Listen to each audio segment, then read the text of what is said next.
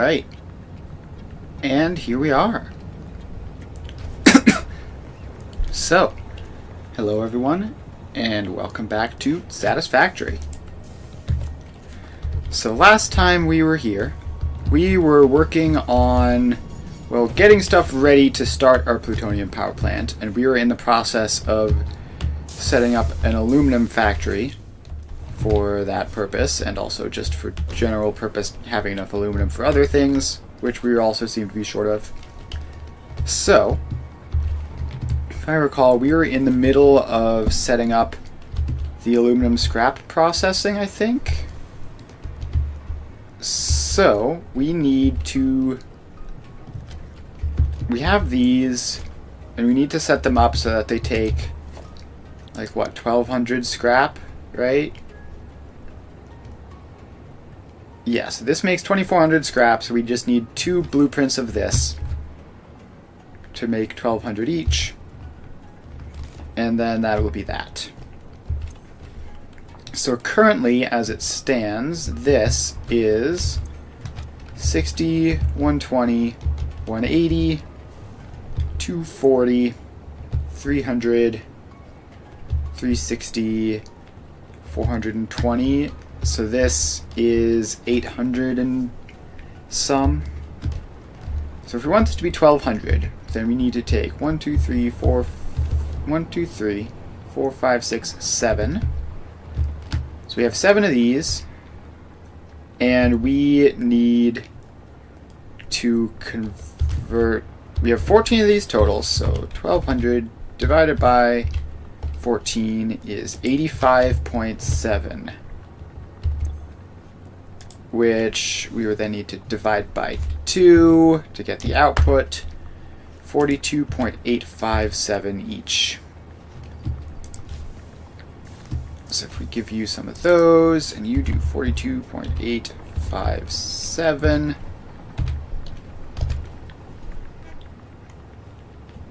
there we go.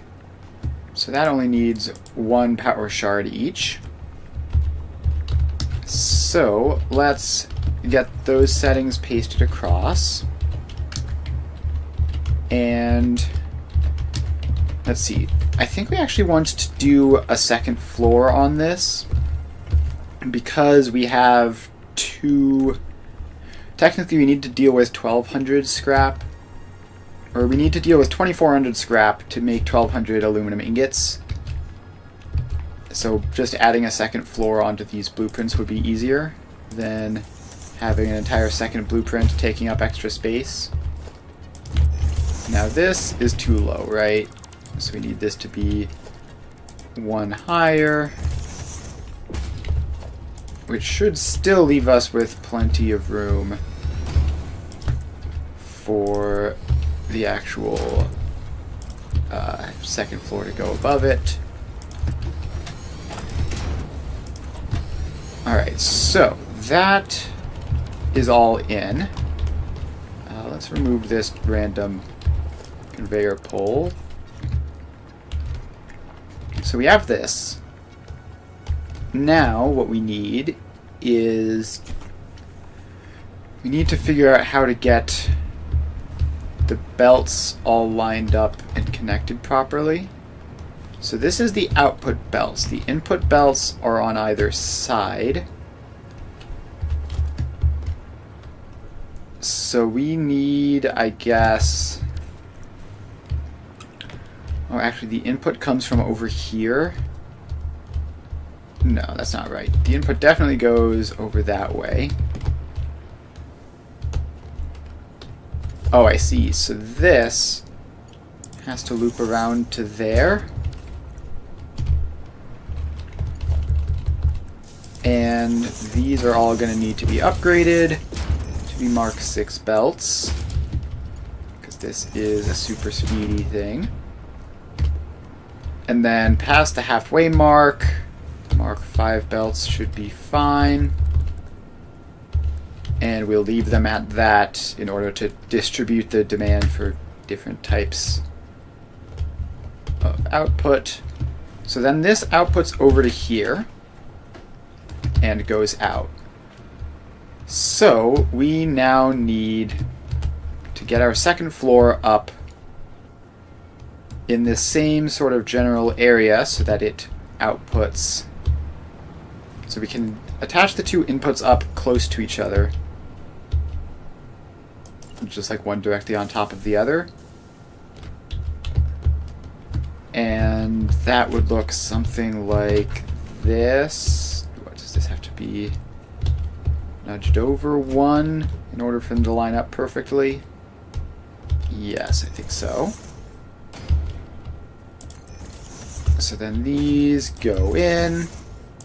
4, 5, 6, and 7. And we've got the settings in already. Now we get the merger, which goes out this way.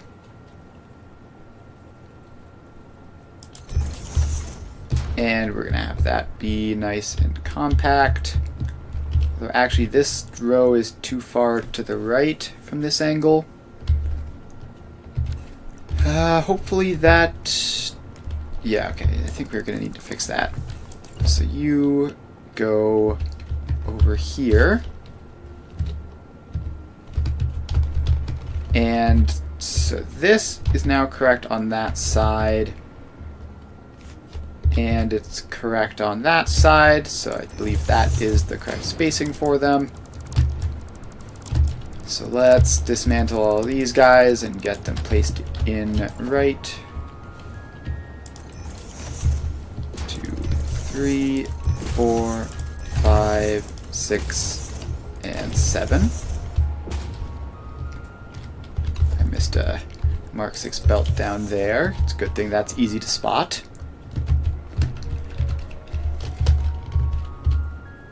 Okay, so then we get our splitters in, which this is going to be manifolded, I guess, just for compactness. Yeah, so the previous system we had was doing 60 in, which means we didn't have to do a manifold, but we're gonna need to fix that. Right, so these are gonna need to be slightly higher now. Unless, actually, do we need to scrap this whole thing so that we can get it load balanced? Yeah, I think we should have it be load balanced because it's just gonna be super slow to warm up otherwise. So let's clear that entirely and see how to do this with load balancing. So 1200 divided by 60 is 20. So if we can get 20 machines in here, which won't be I mean, if we use multiple floors, 20 machines might be doable if we really squeeze them in. And then we can just have them be speed limited. So you go there, and then that is the best we can do from that side. So we go 1, 2, 3, 4, 5, 6, 7. And yes, the 8th doesn't fit. So then we need to get the mergers in. 4, 5, 6, 7. And then we need to get the second row in. And this is all going to be very much compact. And actually, is that good enough to fit? Yes, that does fit. But it doesn't snap in correctly. So we need to place these in manually like this.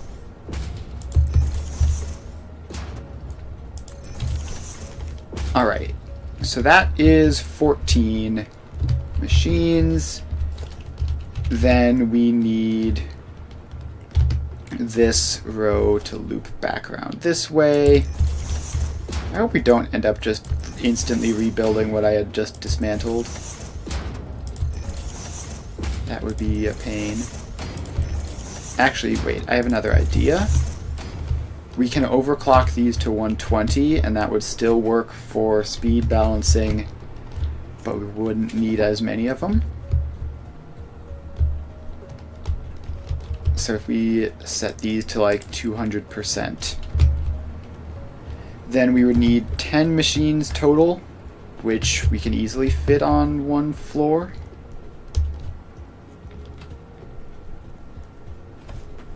Let's see. Yeah, let's do that. That's just going to be much nicer in terms of the space that we use. So we're going to leave the mergers and splitters in so that we have the spacing correct. But we take these guys out, and we need 10, which is going to be like 2 rows of 5. So let's leave some space on either side. 2, 3, 4, and 5. And then we flip this around to here. So that's 1. And 2, 3, 4, 5. So this is 10 machines. We can take these extra mergers and splitters out. And so this, with that, and set you up to a demand of 120. So this takes an entire belt of aluminum scrap and outputs half a belt of ingots. So now, if we just replicate that up a level. Wait, is this enough space here? No, we actually need to go even more compact on this row to have space for the splitters on the outside. So those go out, and then they can get placed back in correctly. Alright. So now we have this. And this should be all clear, except this last smelter over here is also placed wrong. So let's get you in properly. There. So this is one floor of aluminum scrap. So now let's get it all hooked up officially. So all these belts go in as Mark 1s. And there we are. Then all of these belts go in as Mark 2s. Like that. And then we need these splitters to finish looping around. So those splitters all get placed, and they all get Mark 2s. Then we get the Mark 6 belts, which are going to connect them all up. And you go across like that. And now the whole thing is attached up. Alright. So finally we need a power pole for this, which is just barely not going to be able to handle all of these on its own, I think. So we get those 5. Then we get some of these. And then we're going to need at least one more power pole, which we'll just place on the second floor. So this goes up, and actually we might not need that row off to the left. We might be able to make this narrower. So we just put that up like there. And then we drag all this across. Alright.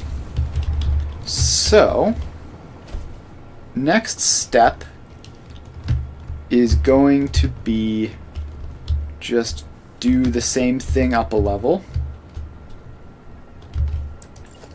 So, we take that splitter, and it's like,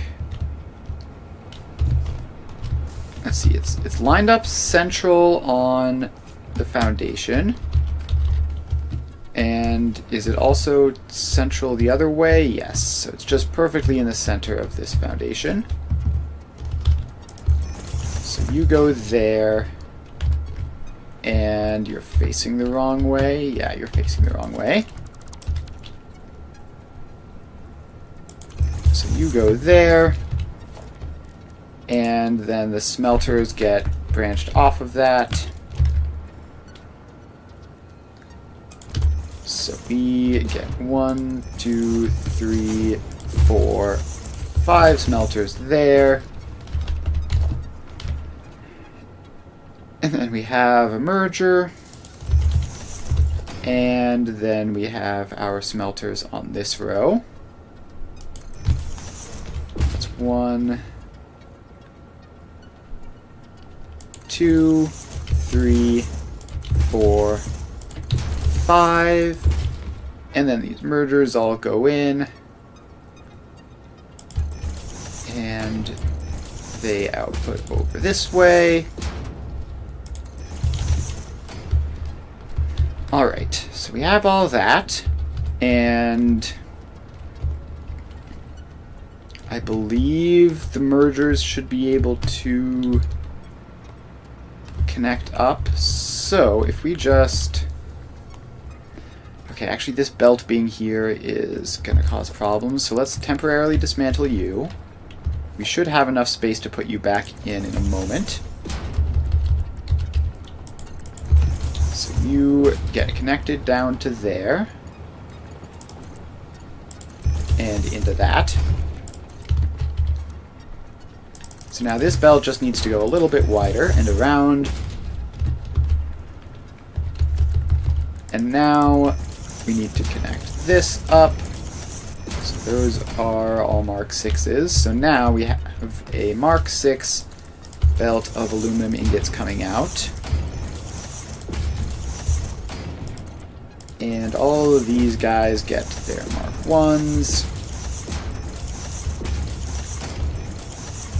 There we are. Alright, so that's all in, and now we just need to do the splitters on this. So all of these splitters go in. That needs to not be further out to the side. What is with this one in particular not placing properly? There we go. So that row of splitters is in. And now we just need to get this row of splitters in. And it needs to be facing the other way. And yeah, that should be correct. So we need to make sure that these are all aligned in a way that it makes it easy to connect things in and out of them. So now we connect these guys up to the machines. And we go over here and we get these 5. And now we get the input belts, which just run along like that, and then along like this. And then we take this belt here, and it loops around to that. Alright, so now this whole thing, it gets its inputs here and here. So let's just see if we can bring both of those to be down on the ground floor.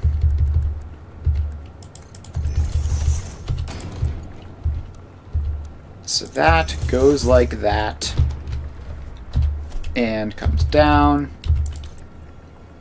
to there. And then this just comes out to there.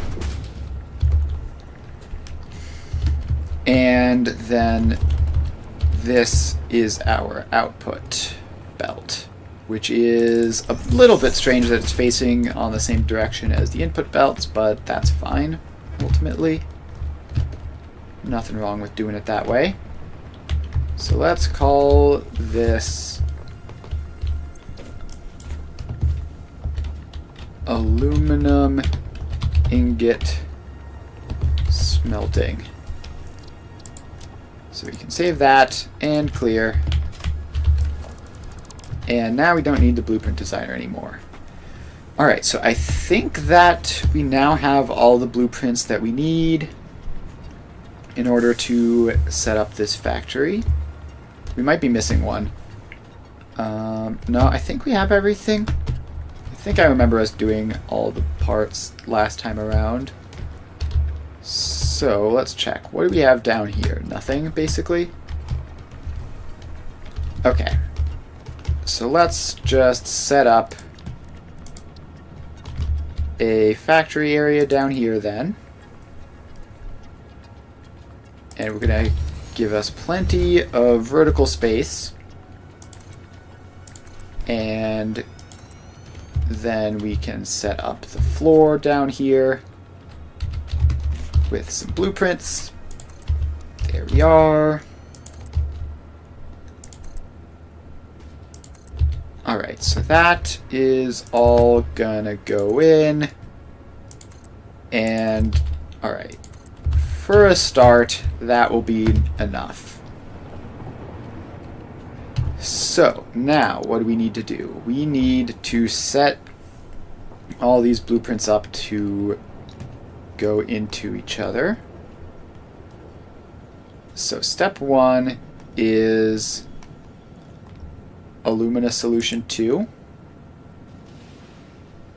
And we need to turn you... Okay, I hit the wrong button there. Alumina solution 2. Where did you go? There you are.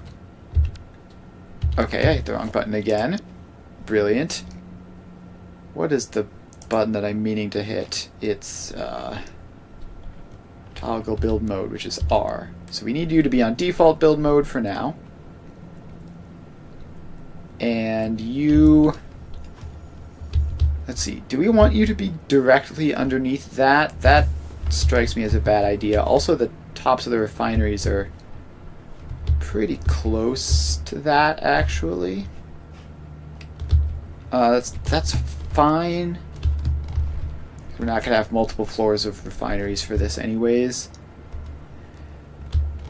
But I want to make sure that we have enough room to get the belts out without causing a mess. So let's actually just shift this to go over this way instead, so that we're not directly 100% beneath it. So now we're over that way. We get our Alumina Solution 2 blueprint. And let's see here. Is this a good enough place to stick it? Let's see here. No, let's put it on default mode and try to get it to align more nicely to something. So we just have it like that. Then at least vertically it's taking up exact foundations. Alright, let's put that in. And you would need 1200 bauxite and a bunch of water, which we'll deal with the water in a minute. So next step... Oh, I forgot to do the power for a lot of these. For the scrap blueprint. Yeah, I'm going to need to get up here and do that, because that is a whole lot of power pole spamming that I'm going to need to avoid at all costs. So we go to Special, Blueprint Designer Mark II, and we load up the aluminum ingot smelting blueprint. So that guy is in. And then let's get this guy's last power connection to go up to here. And then you are going to power up a whole bunch of these machines. And then we're going to need one more to get the last couple remaining spots. So you get you and that one. And then I think there's like one or two down here which we need to grab as well. Okay, just the one. Alright, so that is good. So now we have a relatively free power pole, and all the rest of the connections are set up properly. So we're just gonna save that, overwriting the previous one, and off we go. We're gonna leave the designer there just in case we need to do some other upgrades. Alright, so we have our alumina solution here. The next step is alumina scrap V2, which we want you to be on auto connect.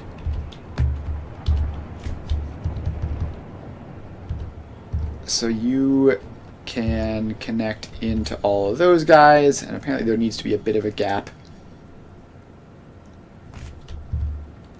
Okay, here's something I hadn't thought about. How do I get the what's it called, the petroleum coke in to the very center of this entire thing? I guess it's just going to have to be a belt that goes over some of these pipes. I guess that's just going to have to be how it is. Not really any easier way of doing it. Alright, so speaking of the petroleum coke, we forgot to set that up. So where is that? Petroleum coke 2 is this one. And you would go in something like here,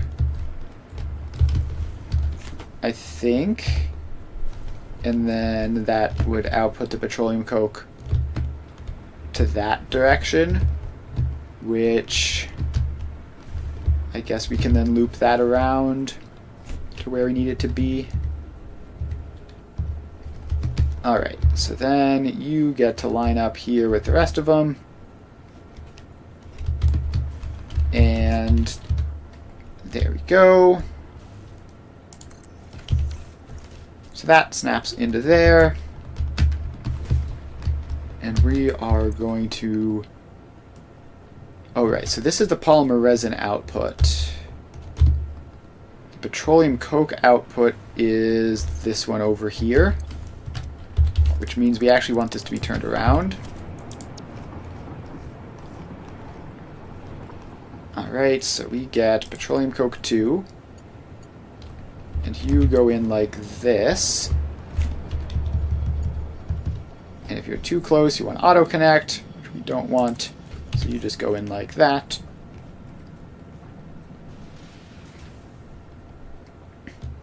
Alright. So, then we just take this, and it just has to sort of go around a bit.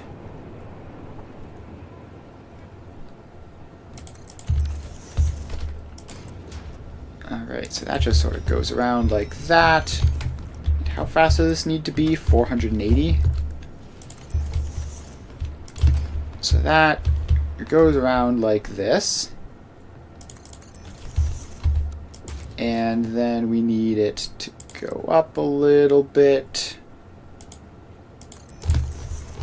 And across to there. And apparently we need to start going down earlier. So this goes to there. And that's too early. Okay, what if we sort of sidestep over that way and then down? That works. Alright. So getting the petroleum coke in is a little bit hairy, but it's fine.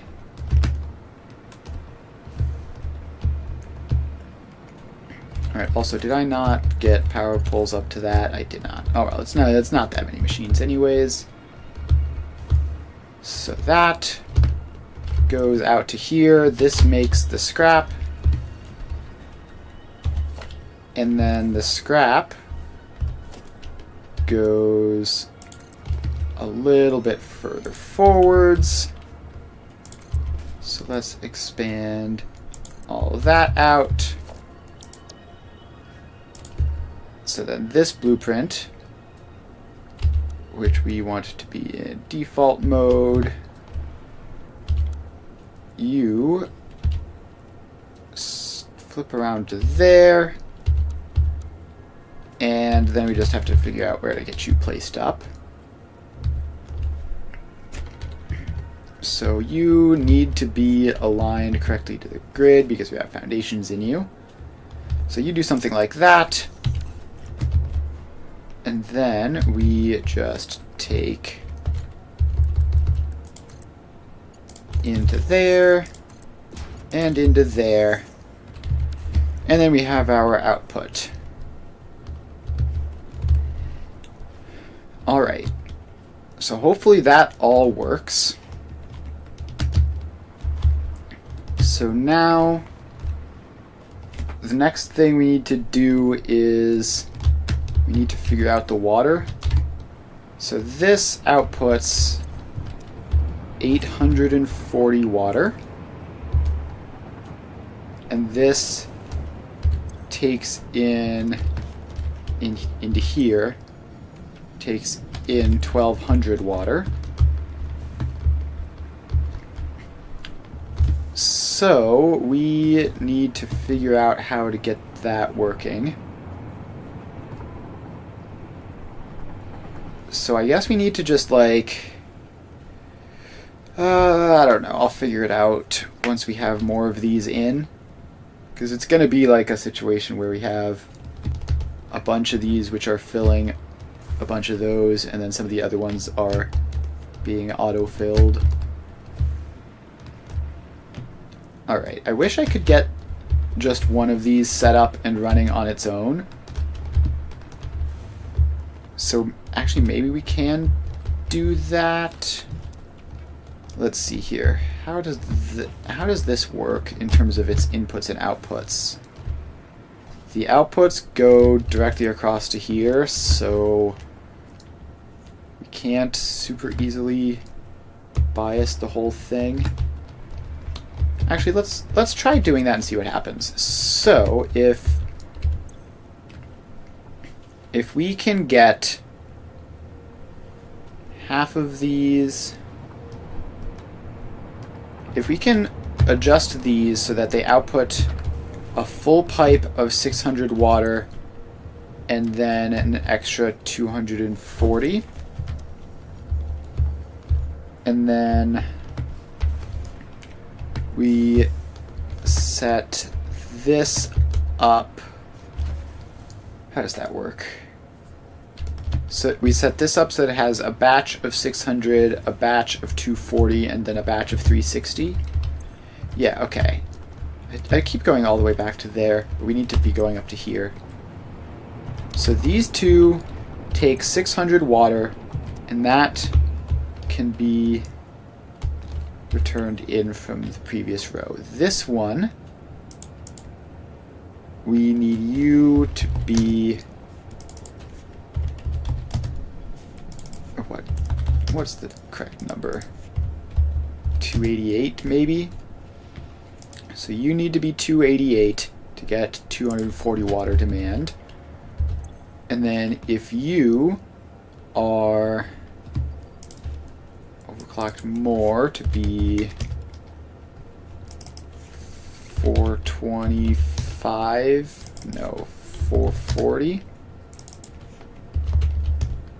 435. This is not the best way of doing it. 432, so you have 360 water demand. So this is still a pipe of 600. This is still a pipe of 600. We haven't broken anything there. But then...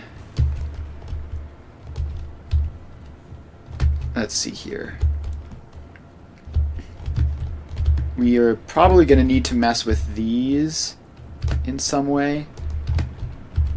Alright, so now you, instead of being 600 and 210,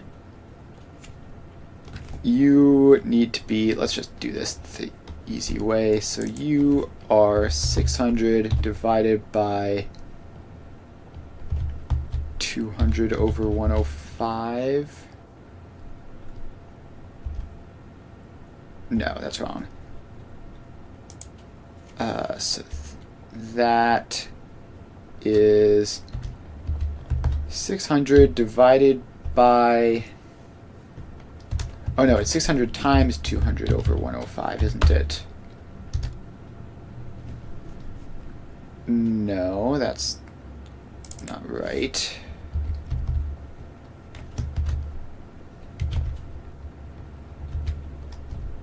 Or 5 over 200.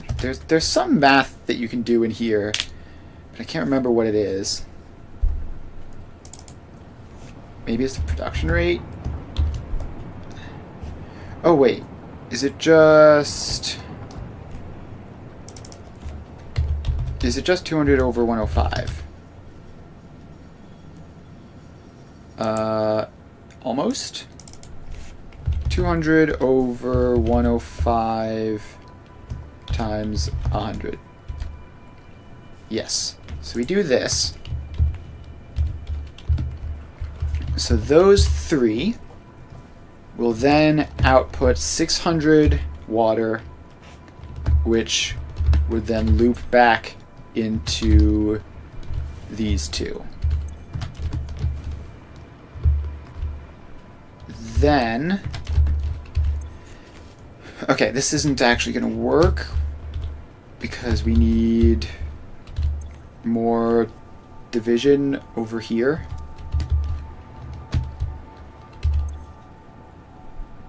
So we instead need to make these two. Is that possible? How fast can you possibly go? You can go up to 260 water, so that's not enough. So that's annoying. Alright, how do we do this? So we need to get out of here somehow. 600 return water. Okay, wait, no, maybe we had this.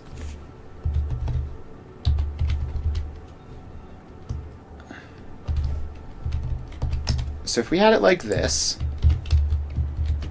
and then we just paste that across. So these guys all make 200 water.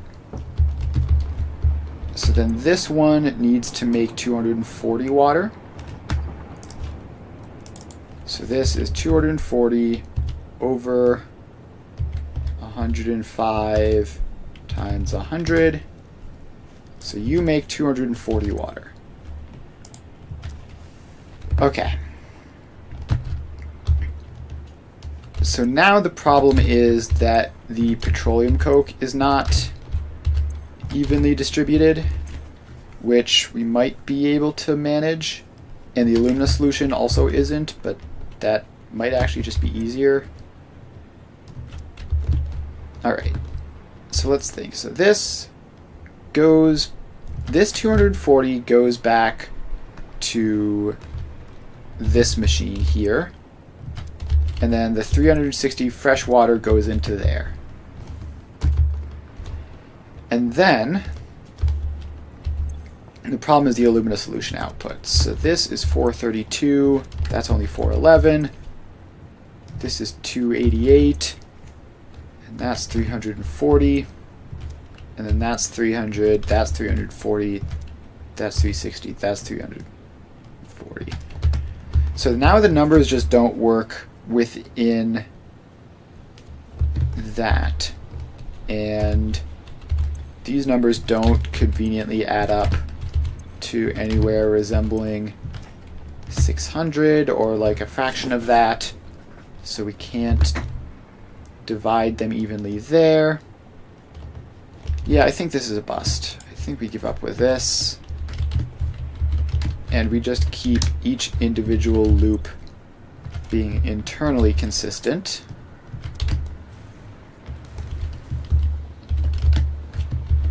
And then we get all that pasted across. Alright, so now this is all perfect except for the water situation. So we have 840 water here, and we have 1200 water here. So what we can do is we can divide this up to get a pipe of 600 water and a pipe of 240 water. And 240 times 5 is 1200.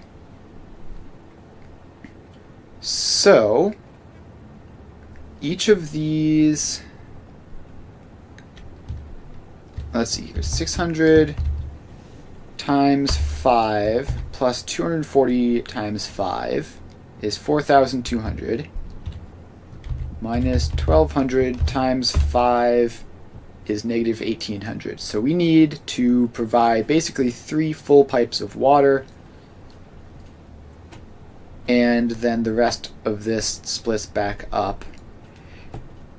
Now, getting the 240s merged up into pipes of 600 is going to be more tricky, but I don't think it'll actually be all that bad.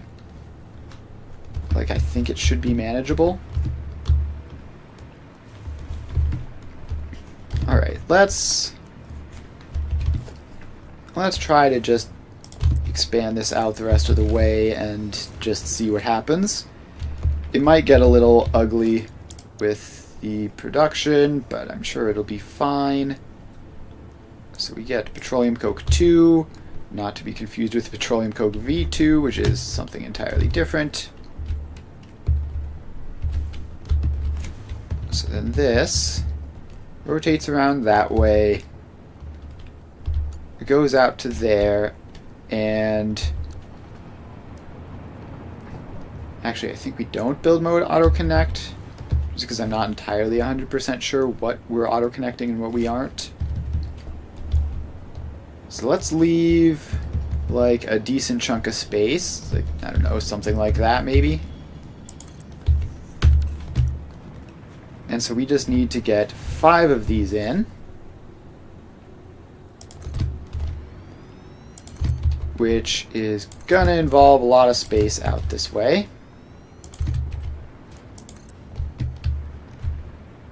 And a whole lot of concrete. Although it's really not that bad. I mean, this actually isn't physically larger than the previous one because we're using so many power shards and everything.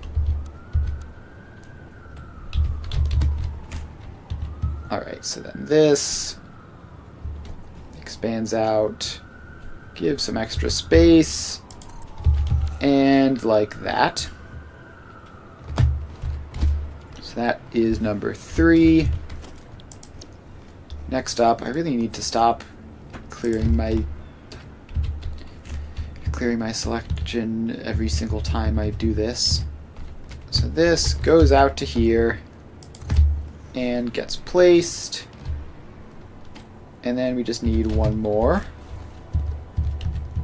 which goes out to like there, and we place it, and then we can get the rest of the foundation in.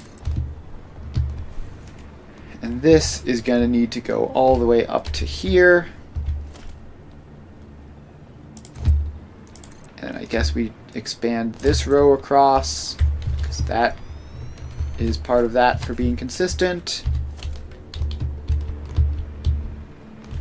And then we just expand all of this out.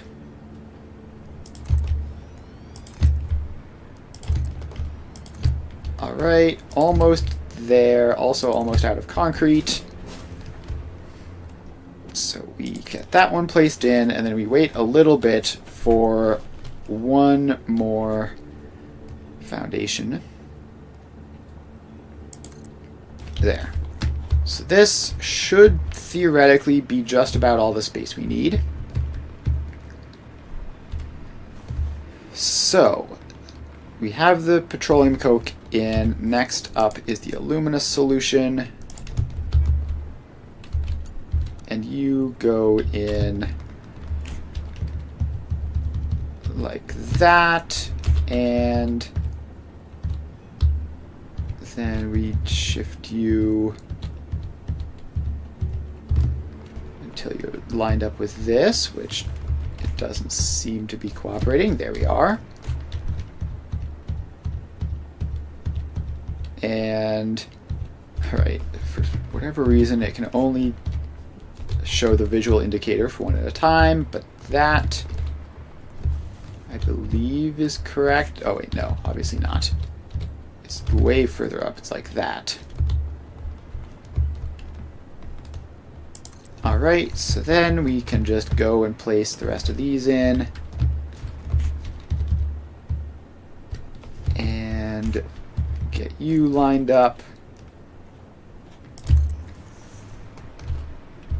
And now we head on over this way. And we're almost there with this row.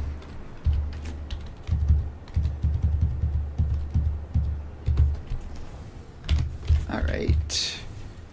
Don't have power out here, which is quite the nuisance. And our lineup isn't cooperating. There we go. Alright, so now that that's all in, we're going to need to get back to somewhere with power so that we can get these guys all hooked up, so that we can fly around near the outside corners. So bring that power pole up to here, and then we can connect it over to that power pole, I guess. And now we just have to get all of these power lines connected. Oh right, I didn't do the power poles for the petroleum coke. That's gonna be a nuisance. So we need to place these all manually.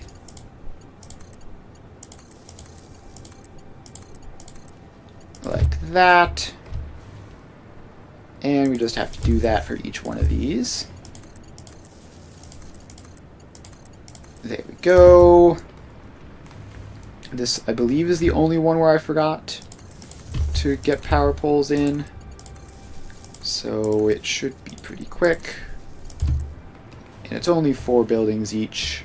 So really, it's not that much more than like something that I would just manually connect up anyways and not feel too bad about. fact that it's a blueprint makes it a little bit worse, but meh. Alright, so then that is all powered. So then we just bring you forwards to there. And where is the free power pole on this? It's this one all the way on the other side. Alright. There we go.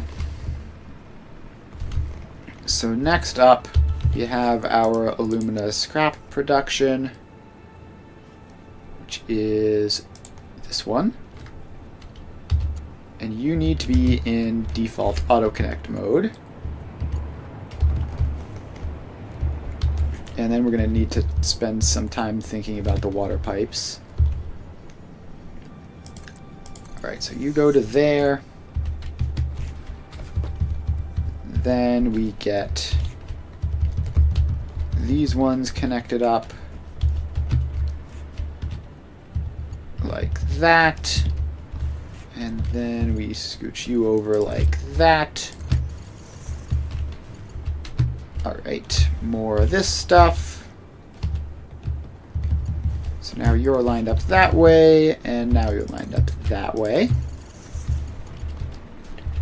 One more, and gosh, these things kind of feel like octopi with all the pipes shifting around and connecting to things.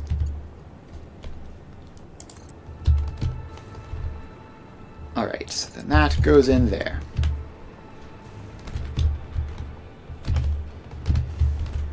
Alright, so that is everything up to the scrap production.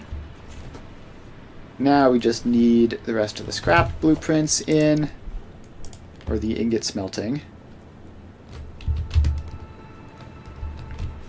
So these loop around this way. And it lines up somewhere like that, probably. I'm a little bit less worried about getting these perfectly lined up because they're completely different types of blueprints.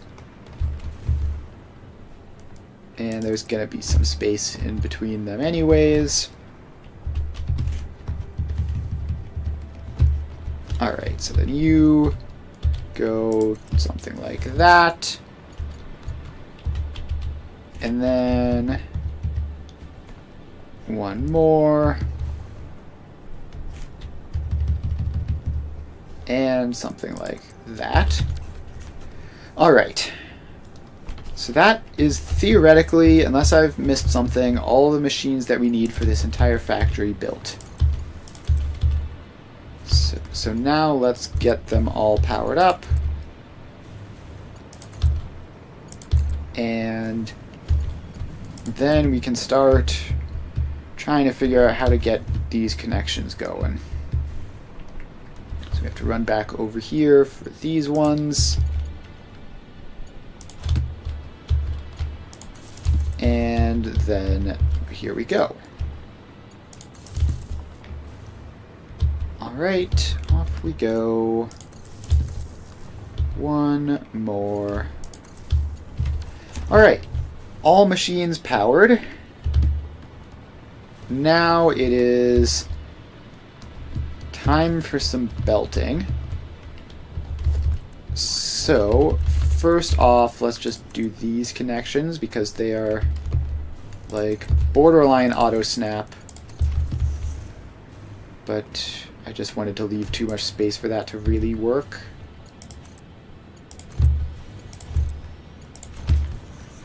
Alright, so then let's get these ones in as well. And one more set over here. Alright, so those connections are in. Now we need to deal with the water. So, how do we deal with the water? Currently, the water is in batches of 420, and we need to change those into batches of 600. Also, those should not be auto-connected. I might wind up connecting them, but I don't want them to be auto-connected. Alright. So, these guys here are 840. So let's connect those up and bring them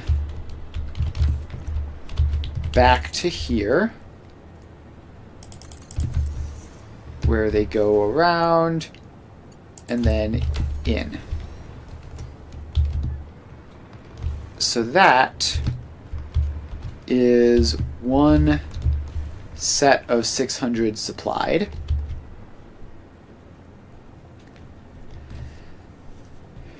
Then we have 600 divided by 240 isn't even, right? Yeah, it's like 2.5. So we're gonna have to do some weird stuff with that. Where if we merge 5 of those up, if we merge all 5 of these up in a useful way, we can get 1200 out, theoretically. Alright, so that is 600, and then we need to... I think actually if we send the other side up, then that functions as sort of a priority pipe system. Alright, so let's get this pipe going back to here. So that is another 600. And then we don't want those to be auto-connected.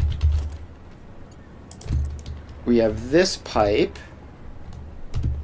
You can go around to this one over here. In like that. And we're gonna need to leave space, at least a little bit of space, for the bauxite input. Alright, so that is in. Then, if we take these 3 batches of 240 and merge them all up. Let's see. So actually what we want is we want you to go up a little bit so that this is lower priority than the other one. So, I didn't mean to do that. So you come up this way, and that should be lower priority because of the way that it is. Those two need to be connected up, actually. Then, this one needs to come up to here, and again, this will be low priority because you're going up with the water. So then these guys come across and they merge up. So now we have a pipe of 480.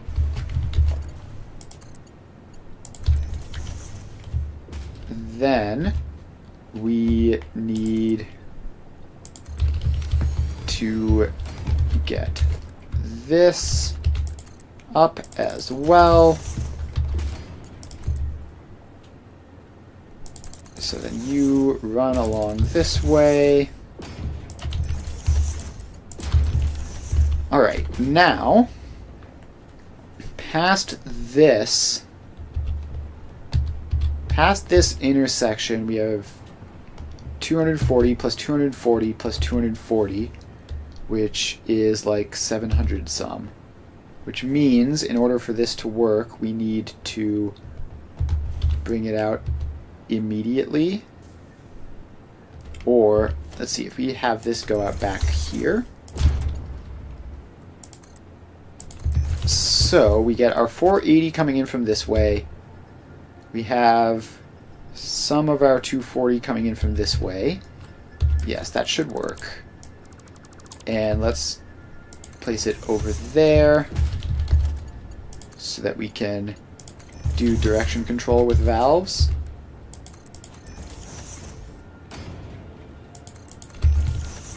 Alright, so that probably won't be necessary, but just in case, we have it.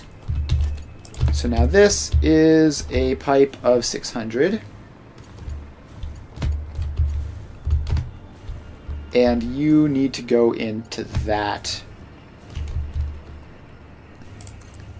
which means going all the way around quite a bit. So you need to go like all the way around here, past that entire system, and then up into that. Alright. So we have that.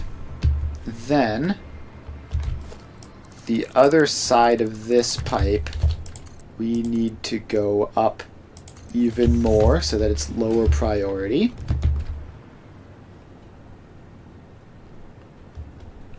And we are still getting train problems.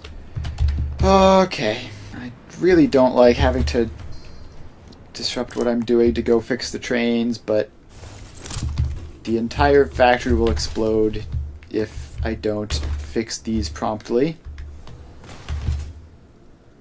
Alright, so where is your problem exactly? So, we've got all these trains back here. They're all waiting for something that's gone wrong up this way.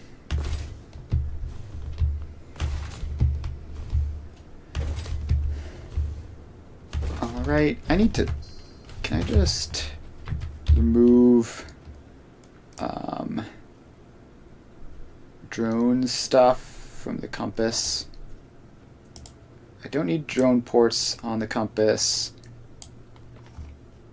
Radar towers on the compass is fine. I don't need drones on the compass or on the map, really, because drones don't typically break, so they're just getting in the way of seeing all the flashing warning lights of the trains.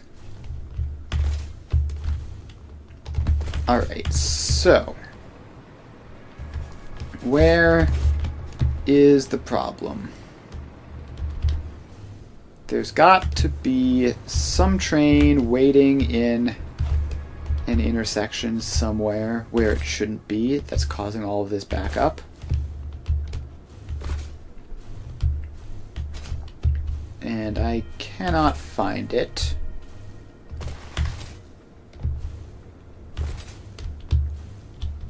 Alright, is it all the way over this way? Alright, let's head on over. So far, still nothing exceptionally suspicious looking. So these are all trains which are just waiting on the trains in front of them, which are waiting on the trains in front of them. Which means that the problem must be something over this way.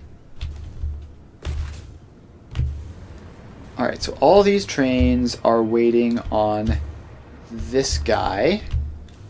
And this guy is waiting to get into here, I would assume.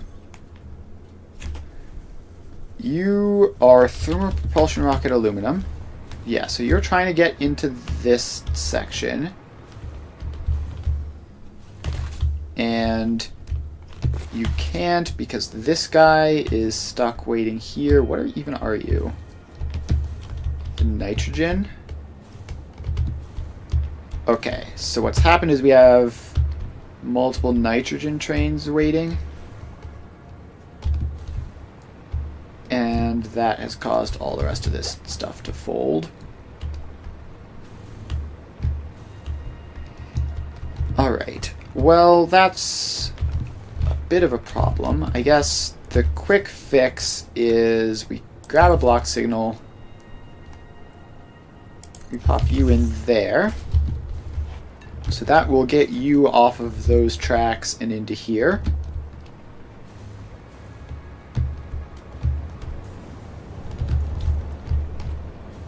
And this train is just waiting there because it can't use its nitrogen because there's nothing else to do.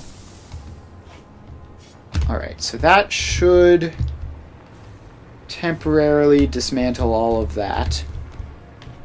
So those trains should start moving again. However, it doesn't fix the problem in here with the nitrogen. So first off, you are going to cancel your docking and just move on. Otherwise, you'll be stuck there forever. And so that should allow the new nitrogen train and this aluminum train to get into the station proper.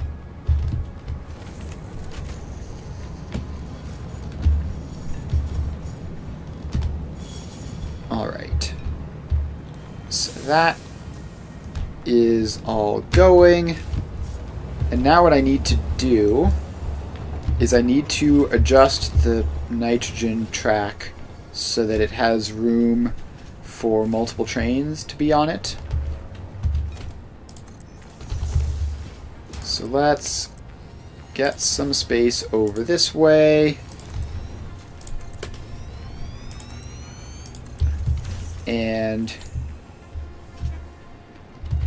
so we have you go out here and around this way.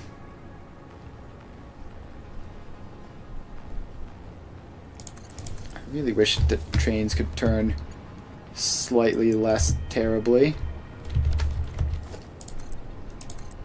So we just have to like go out to there. And then you turn into there and into there.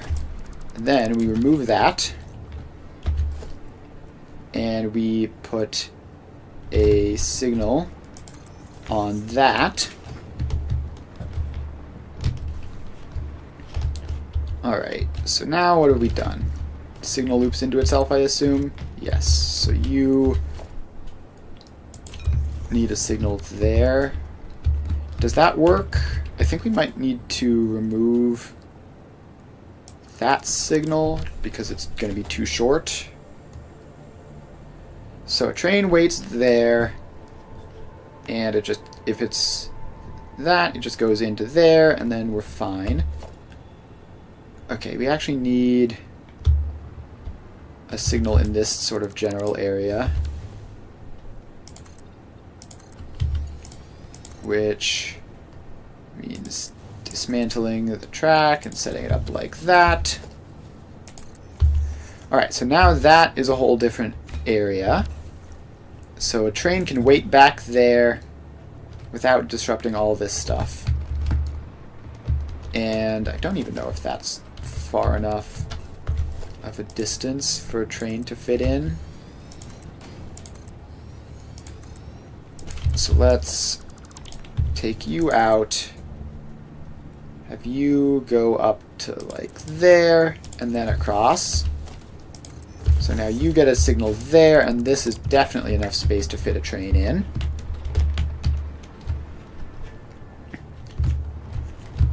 Alright, problem solved.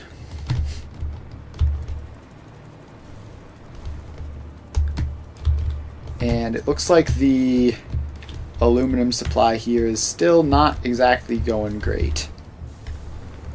But that's fine. Alright, problem solved. No massive deadlocks anymore. Although there is a little bit of a deadlock over there. So let's go and investigate that. See if maybe they're just very, very slow to receive the fix because it's so far away. There's also the river bauxite train, which seems to be stuck. Let's go ahead and fix that one first. So that's going to be southeast.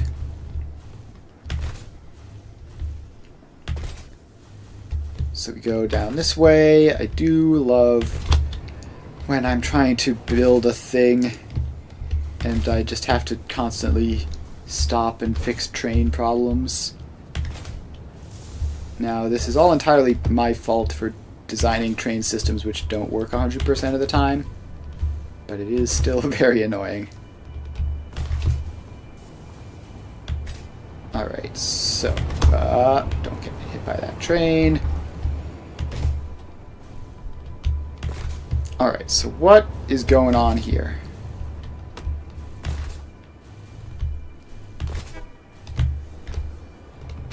This train is another one of these guys who never got the aluminum bauxite 2 save changes. Alright, so that's fine. So you just never got that correctly.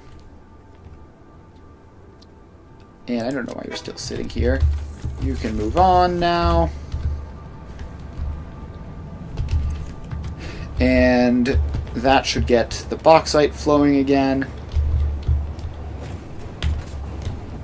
And then we actually need to head over that direction. Okay, no, those things did get fixed. So we can actually just wait on this train until it arrives at the destination. And because that's just where we're headed to. Although we can probably... There's probably enough traffic that running out ahead is probably faster. So let's see if we can do that. Let's see if we can race the train. So far, I'd say we're doing pretty well at racing the train. This is not even going to be close. Assuming I'm heading in the right direction, which I'm pretty sure I am. Pretty sure it's just like all the way over this way. More stationary trains that we get to move past. This guy is sitting in an intersection. Why are you doing that?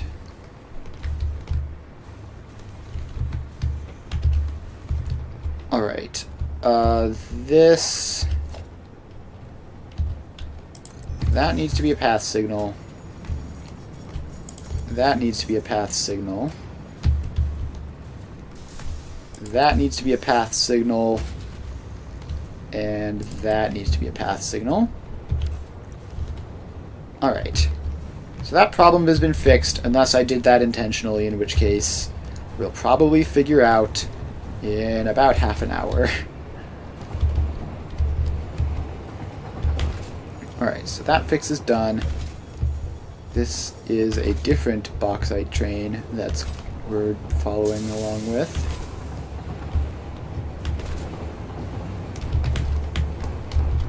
And this time there's no traffic in front of us. We can just sort of ride this to our destination. And let's jump off a little bit ahead of time. Alright, we're back. That fortunately wasn't too long. Now we get to continue staring at the whole water pipe stuff again. Now, we were in the middle of doing something genius to get this all to work. So we had all of those hooked up, and now we need to get these ones hooked up. Actually, I guess the better way of doing it is to go back here. So we have this, which is like the extra 120 from this. And that... Okay, well, first let's take the 600 out of here and just send it back to wherever it needs to go to. So you go back and around to there. Then you go up a little bit, and then you loop into that. Alright. So we have that. Then we zoop this forwards a little bit. And this pipe has to just continue along. It can continue continue going up like that, and then go across to here. So that this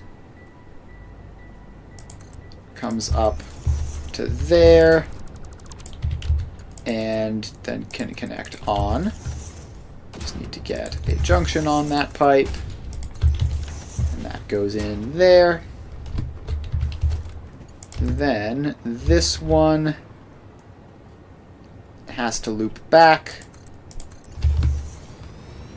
and these two need to be connected up for that to work. So this one then goes all the way around to there.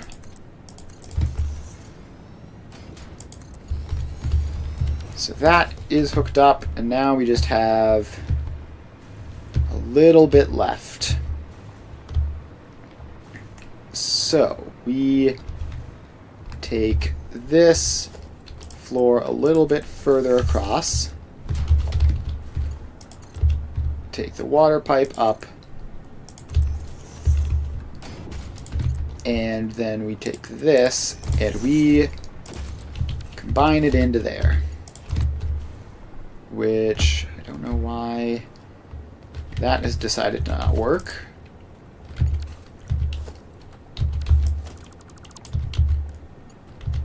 Alright. Who knows what's up with that? But you go in like that. And now, this whole thing then goes back down this way and around in here, and then up and into this. Alright, so then we just have our 3 things which need fresh water input, and all the loop back has been done. So now there's only one thing I'm worried about, which is this pipe needs to take as much from this left side as possible and not from the right side. Okay, what if actually... I think I have a better way of doing this. So what if this instead just pops off of there and then comes down and then goes back up. So now we can exploit the cool abilities of these. So we have 720 going into this intersection, and we're going to have 720 coming out. So that should work. Alright. Let's just get those valves in, I guess, just to be sure. And all these guys get their valves in going the right way. Which I think these valves shouldn't theoretically be necessary, but they also probably can't hurt. Just to make sure that the directions go the direction we want them to. So that one goes into there. And then this is just a combination of everything. Yeah, so that's fine. I think that might be the water system set up properly, assuming my understanding of how vertical pipes work is correct. If that isn't correct, then it might do some wacky stuff. But hopefully it is. Alright, so next up. The next thing we need is to get the rest of these connections in, which is probably gonna suck. So we've got all these pipes in the way, but we need to get like the bauxite in to here and the petroleum coke into there. So I'm going to leave the bauxite for last because it's just coming from the ceiling. The petroleum coke we have coming from these and just sort of going around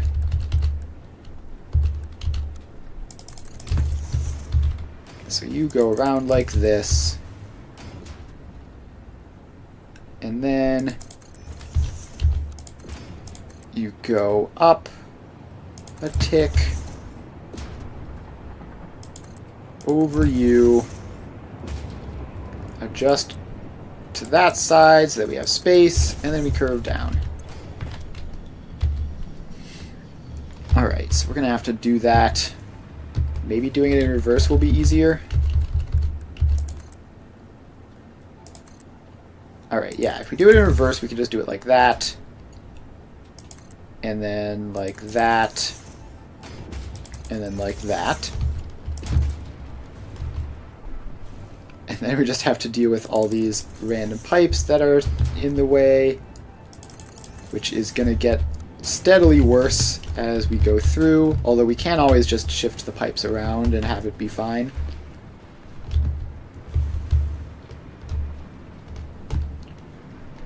Alright, so then this one has got even more pipes for us to dodge.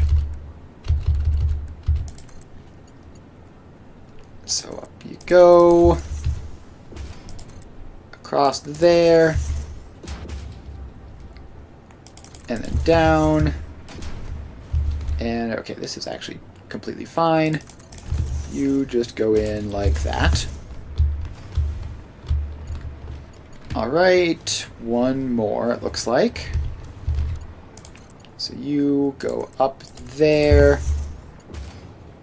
Across all that stuff. I didn't mean to send you higher up, but that's fine. And then there are, thankfully, no extra pipes in this area at this exact moment, so that just connects in. Alright, so that is petroleum coke connected across. Next up is the bauxite. So the bauxite has to go in to each of these. And it should be able to just drop down from the ceiling in most cases. So let's get those in. And this goes across to here. Yeah, let's just send these up to the ceiling first, because we're just going to assume that that's how they get in. And then we can run the belts along the ceiling to get them over to where they need to be. Alright, so this pipe needs to be moved ever so slightly. Just have to go something like that before going in. There we go. Then this one goes up to there. And this one goes up. Oop, there's no ceiling over here. Let's change that. Just get a little bit of a ceiling extension over to there. And now this goes up.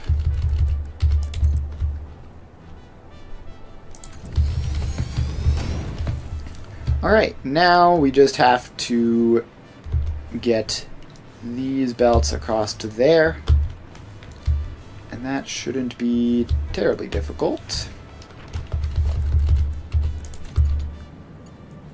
Alright, so that just goes in directly like that. We do manage to avoid all that stuff. The rest of these get their Mark 6 lifts in.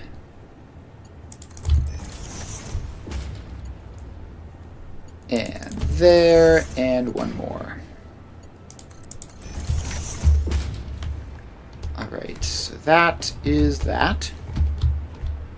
Now we just need to take these all the way over, I don't know, somewhere like there-ish. And then in.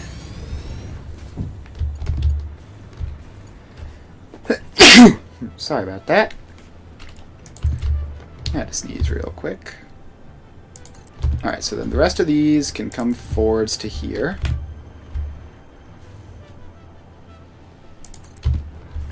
So that goes there. Thank you. Alright. now we just have to send the rest of these belts over this way. And you have to curve in to this. I think like there is the right. Yeah, that's where that needs to be. So now we just get the rest of these on over as far as they'll go.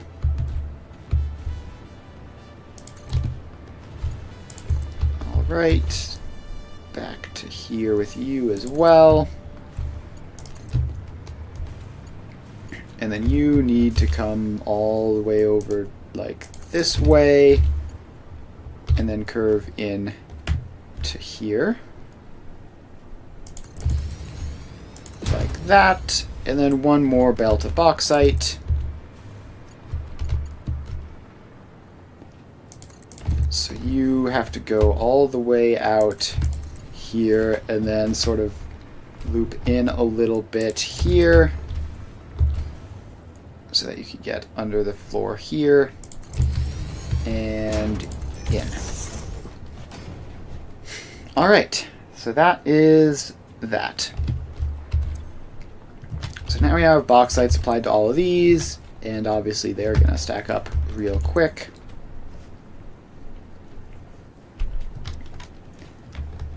Alright, bauxite, check.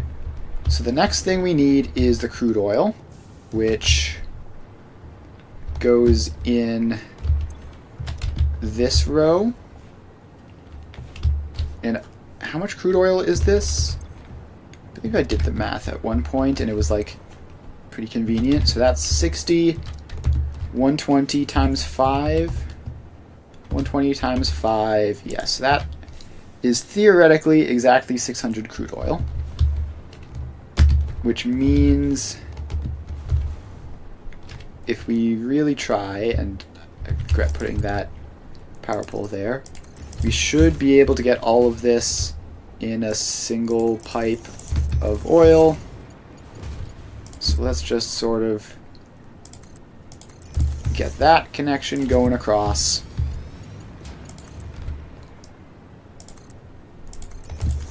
And a little bit more. And like that. Alright, so now the oil is all connected with itself, and the actual oil pipe, we had one right here. Yes. So then you can come down,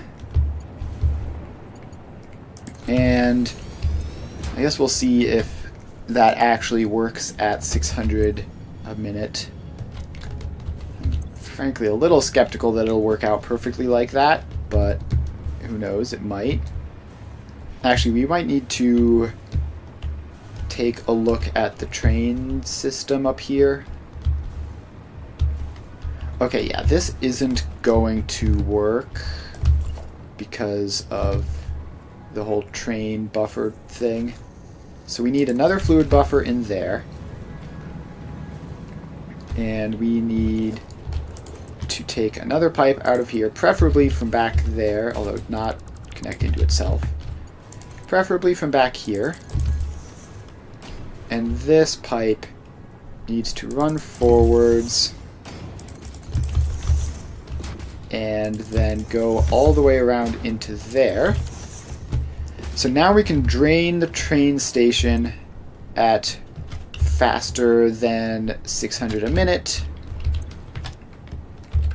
And then we take that out. And we have both of those go in and down to there. So now we can drain the train station faster than 600 a minute. And then we can then feed this pipe from both of these to keep that going at a steady 600 a minute. So that will prevent the whole situation where this stops while a train is in station. And it should give us a nice steady supply. Let's get valves in there to prevent them from doing anything silly. like filling that one with this one, which is not what I want to have happen.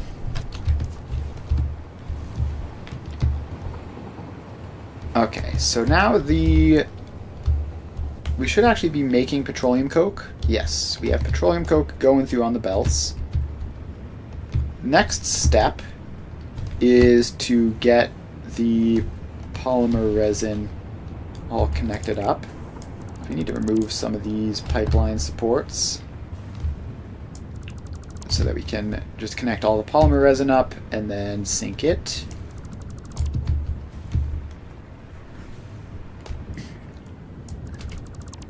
Alright, so that is that. How much polymer resin is this? It is 40 times 10, right? So 400.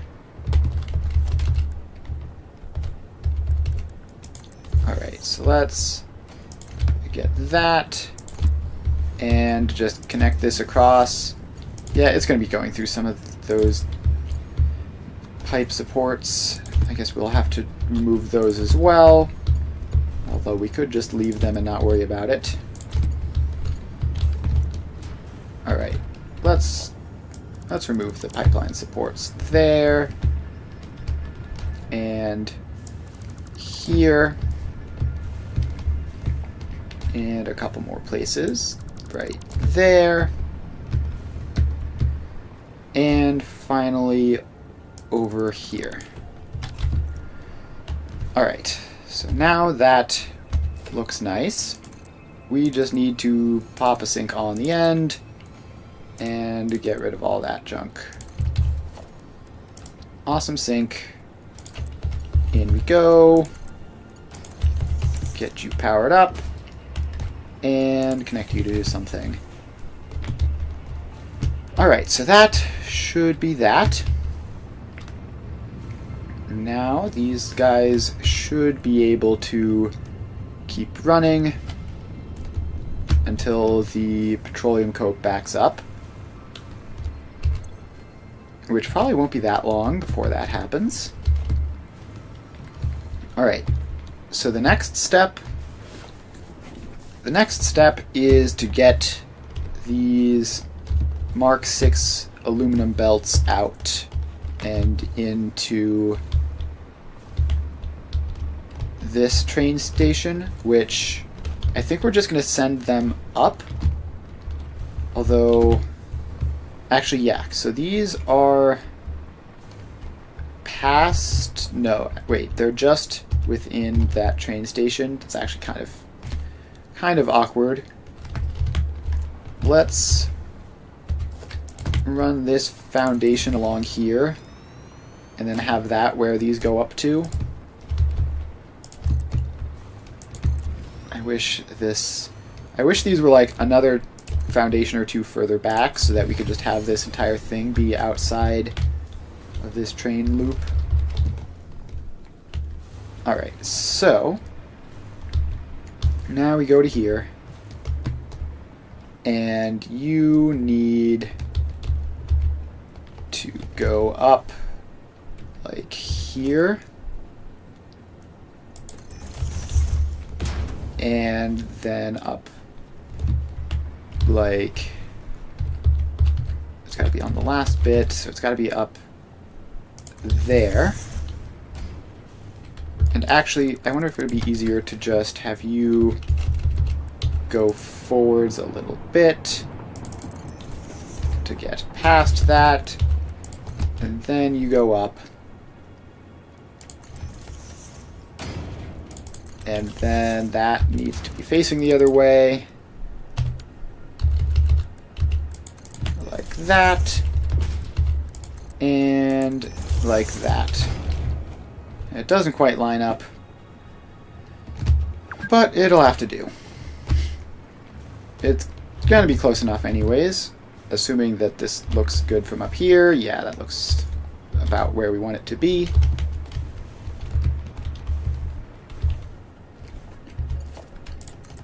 Okay, so now we have to take this one forwards a little bit and then bring you up to there. and then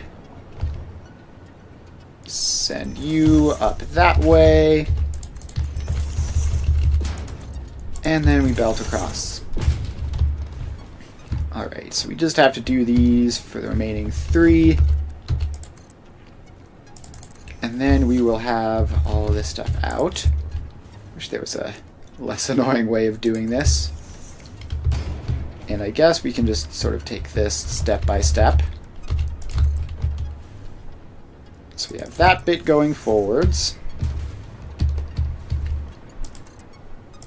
Then we have this bit going up. Oh, this needs to have a foundation.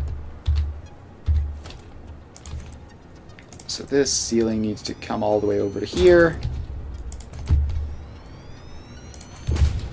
Like that. Alright, now this goes up to there. And we duplicate that for this one.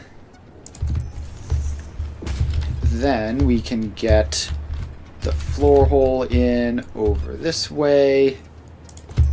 So let's just have it something like that. And then this one, we're going to have it something like that. And this one, we're going to have it in like that. Then we put the lifts in. And then we just have to connect them across. And that will be done. Alright, so that goes across. That goes across. And that goes across. Alright, we are almost there. So, the next step is we want to get all of these into sinks so that they will run continually. So let's expand this whole area out even further.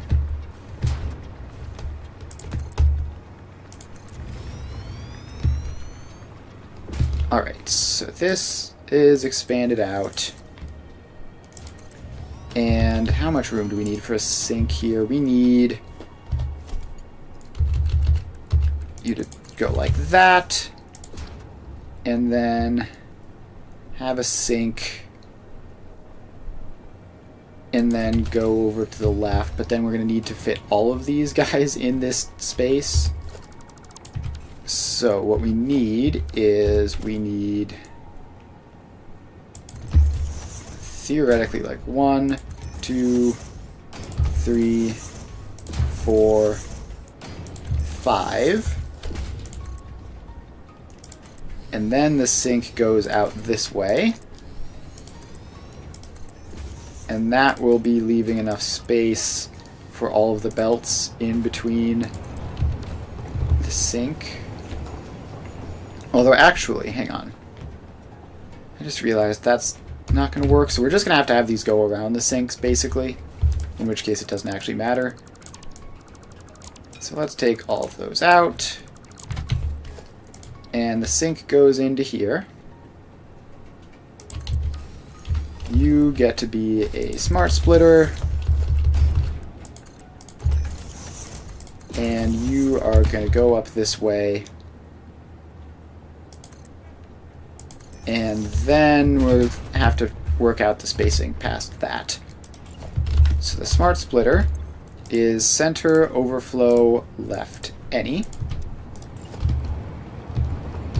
So let's just run through and build those everywhere.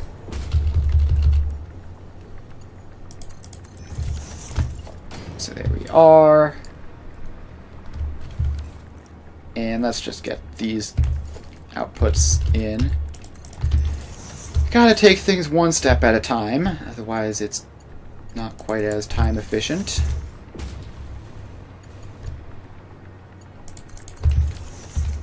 Alright, then we get our smart splitters in, which actually we want to copy paste from over here so we have the settings correct. So that, and then that, and then over to that one. So that has the settings. Now we need to connect to the smart splitter because we did this in a way where that isn't automatically done.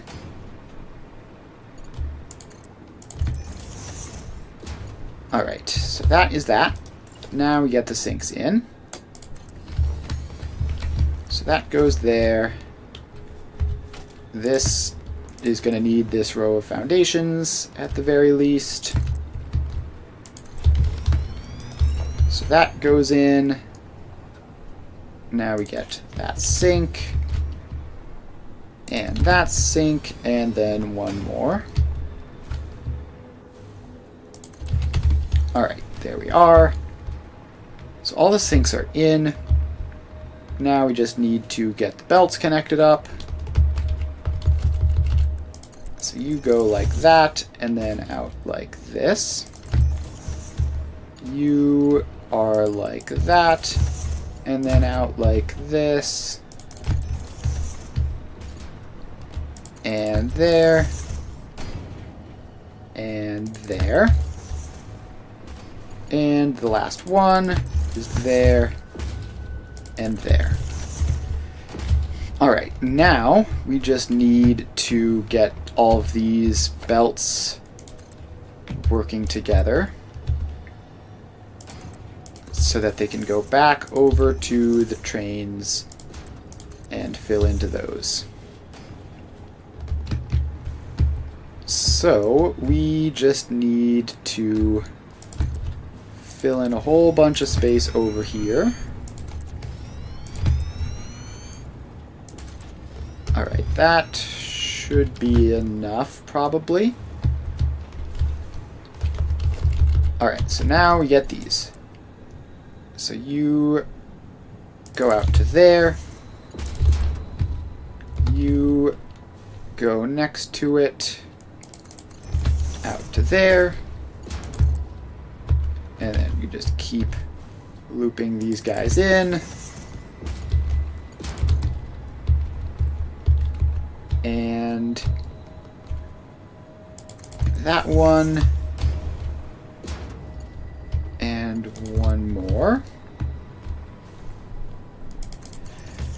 Alright, so they are now all aligned almost. So now we just have to bring them so that they're all, you know, at the same spot lengthwise. Require a pretty small belt there. So that is that. Now we just need to... We're actually going to need like all of this space. This is going to be a giant pain to get this. There's going to be so many corners in here. Like a weird number of corners for what we're doing. Alright, so this one needs to go over that way. And then like immediately corner in this way. Alright, then I want to get the rest of these all attached up with it before we move on. So let's get a foundation out to there.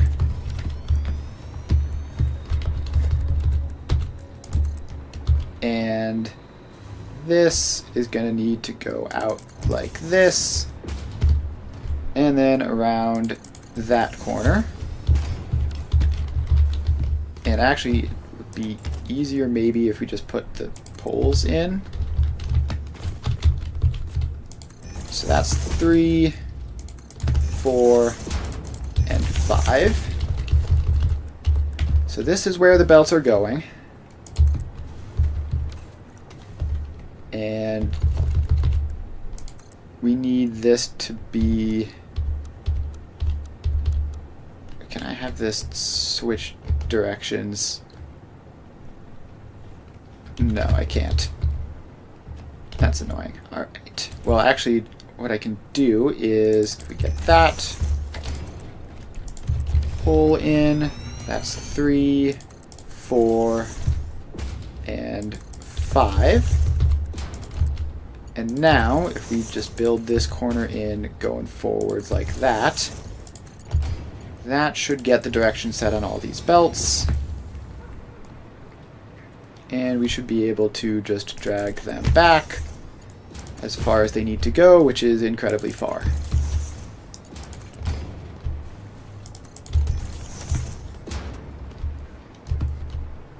Alright, so these go all the way back to like there. And then this foundation is going to need to extend the rest of the way. Alright, so that is that. That goes into there. The rest of these go forwards. And then a last little push.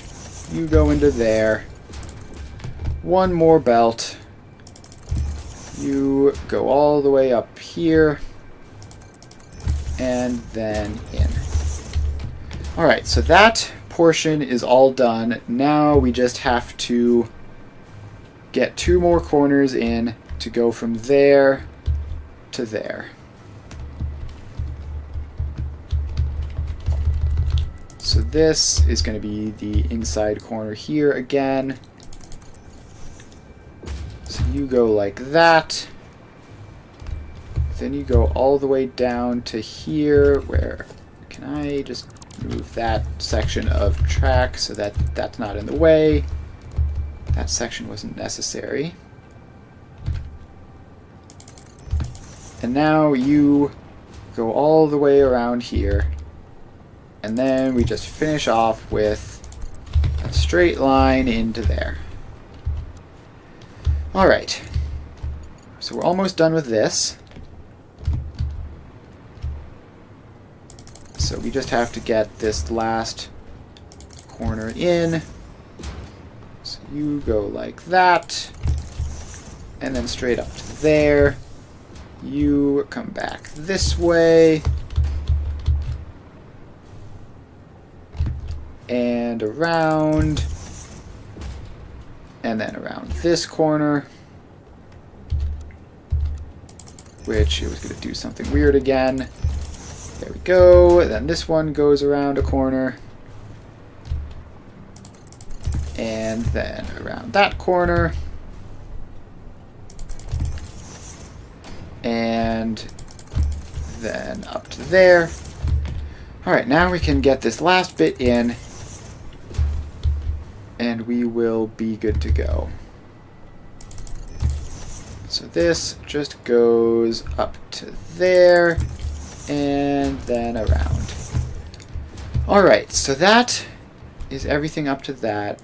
That exclamation point in the distance is just these guys, which I think are supposed to be like that sometimes. Although maybe the nitrogen is broken. Yeah, okay, that looks like the nitrogen is broken still. But it's not urgent, it hasn't propagated back to anything, so we're just going to ignore it for now and go and fix it later. So now, I believe we need to power up these sinks. That's important. That needs to get done. So we need to power up these sinks, then we need to get our water supply. So we need to get 3 full pipes of fresh water into this. And then once we have that, this whole thing should power on. So let's see here. Are we conveniently above the ocean? Yes, we are. So let's drop down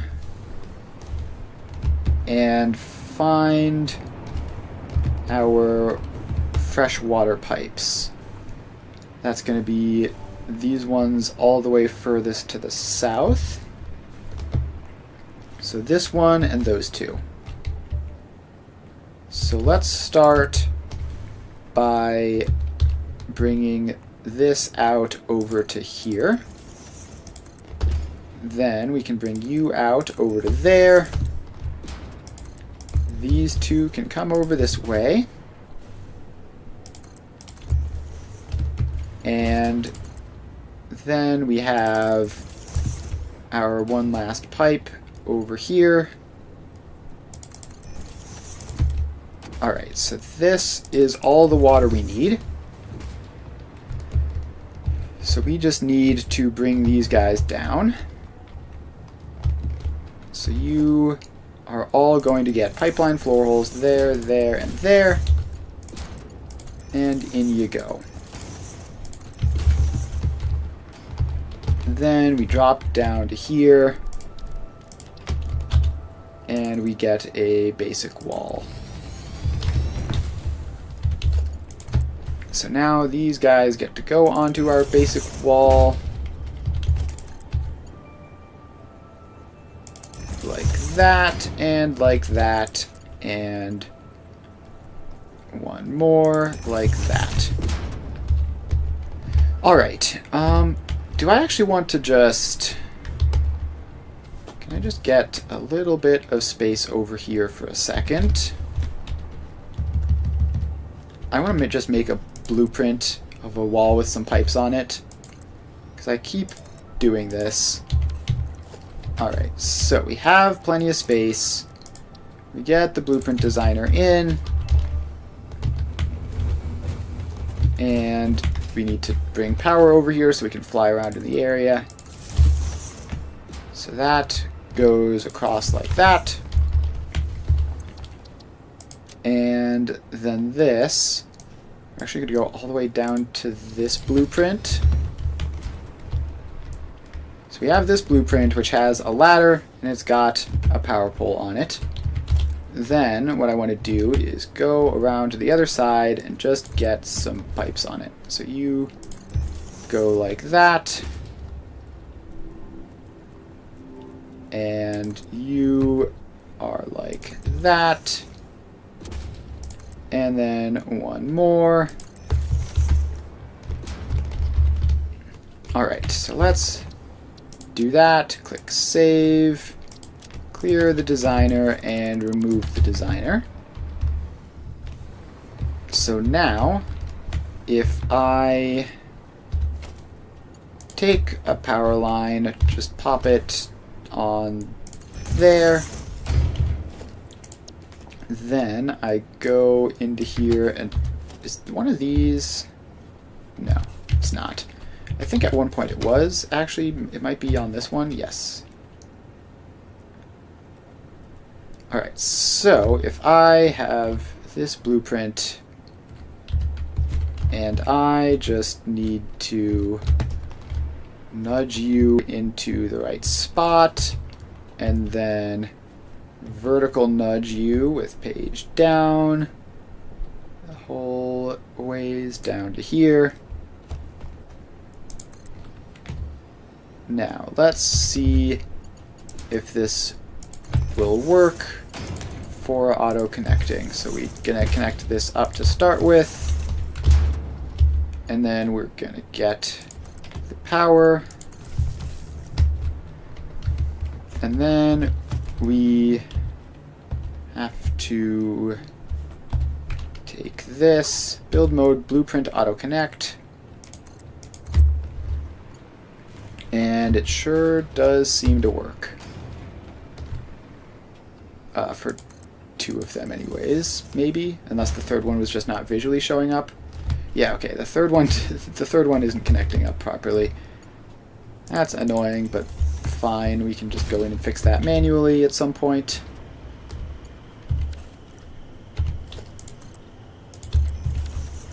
Alright, so that has to go across like this, because we need to get further down.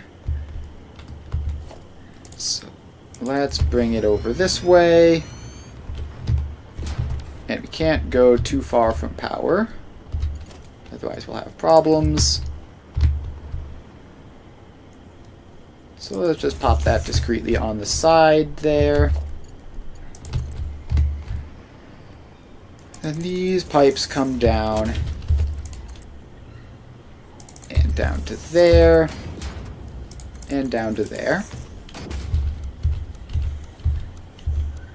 And then they can make that curve using the rarely used straight pipe mode. Then we just have to bring this over this way until we get close enough to the water that we can just go down instead.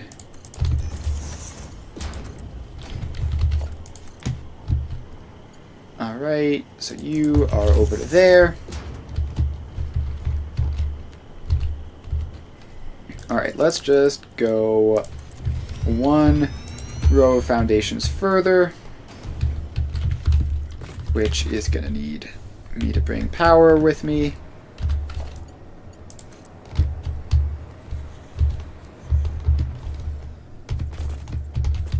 Alright, can I just like creep over the edge there and get that placed? There we go. So now the pipes come along and they just keep going. That's 3 pipes. If that one would place properly.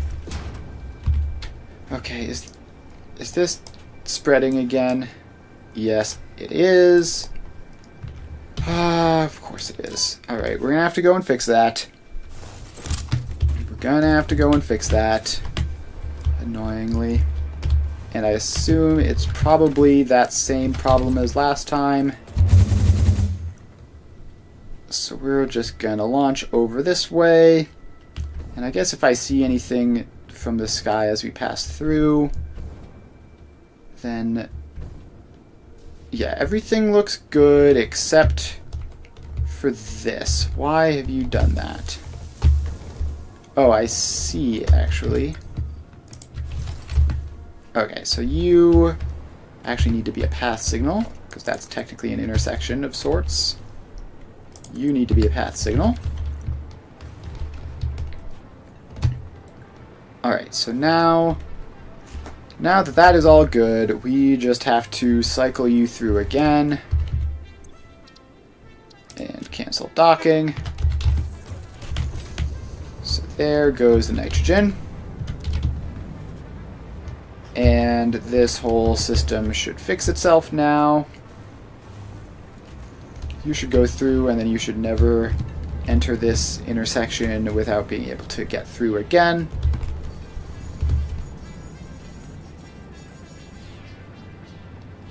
And then you can go through, and then that oil can show up, and then all the rest of this stuff can get moving. Alright, that should be fine. We're just going to respawn now and head over to the west, where actually you can probably, this is probably faster. Yeah, no, this is actually lined up to be pointing in close enough to the right direction for us. So we just fly on over. And now we are back to here, where we can swap back to Hoverpack. And then we were connecting the water up. So let's head over this way. And then we can drop down to here, down through all of this, and then we are back by our pipes, which we just need to bring over this way some more. And now we are close enough to the water that we can just drop down with another train ladder blueprint. So that's this blueprint. We are going to have you like that, and then page down, just hold that for a bit.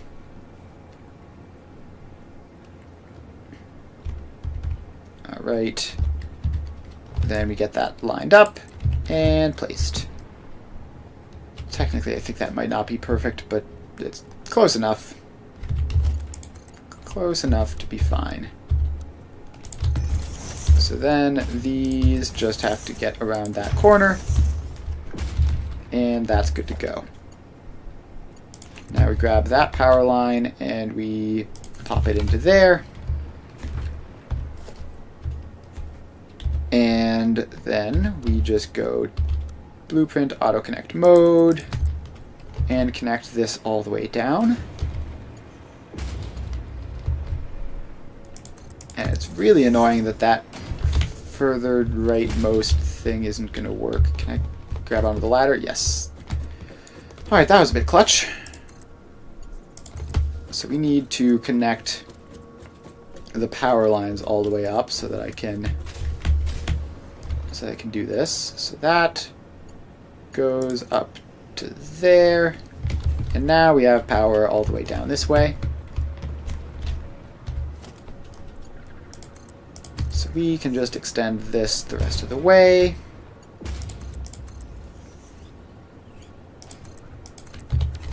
Alright, that should be pretty close to the ground at that point. So this goes down all the way to here. And I don't know why that connection didn't work, but there we go. Yeah, so now we don't need that anymore. We can just bring you down normally using auto mode. Alright. So now we have our 3 pipes on ground level. We also have a random power line over here, so that's very convenient. So we're gonna then set this up. So we get water extractors, and we need between 6 and 15 of them, depending on how much overclocking we want to do. 2, 3, 4, 5, 6. Let's just do 6 of them. That'll be the fastest way. So we need to grab some power shards, which it looks like our power shard production might have broken actually. I have to go back and take a look at that at some point. This poor plutonium power plant, man, it's getting hit by all the side quests. Just so much random stuff that apparently needs to be done before we can get around to doing the plutonium power plant. Alright, so that power pole needs to be upgraded. And then we need to get all these machines going.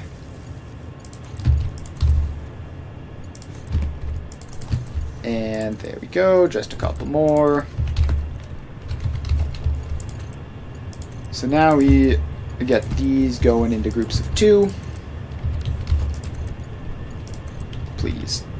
Please snap in. There we go, thank you. Got there eventually. Now we put the junctions on. That one, and that one, and that one. Now we just have to bring the water over. So these all... why did you do that? Why did you place the one that I wanted you to place and an extra one? I don't remember placing an extra one. This game sometimes. Alright, so these go all the way up to there. And now we get to have the fun of running like 500 pumps. So we're gonna start like there. Why would you want to go backwards like that? Why would anyone want to pump down? That's what I want to know. Alright, so these all get powered up. We have plenty of power, right? Yeah, we've got tons of power. No need to worry about this. Alright. It absolutely insists on trying to place the pumps upside down. So let's first get this whole thing connected up. And up we go. Yeah, I could do the whole water tower thing again, but honestly, it's just a lot of work to save not really all that much power in the grand scheme of things.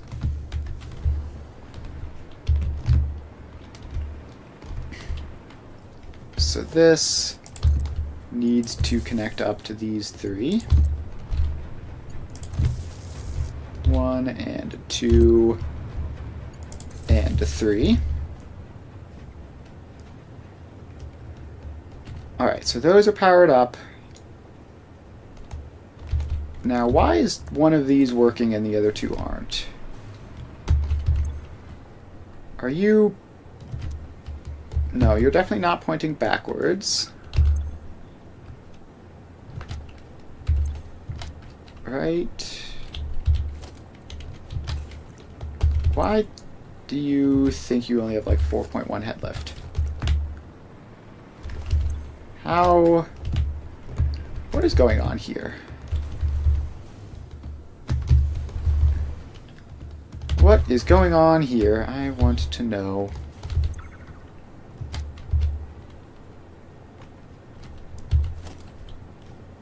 Okay, what if I disconnect you and reconnect you?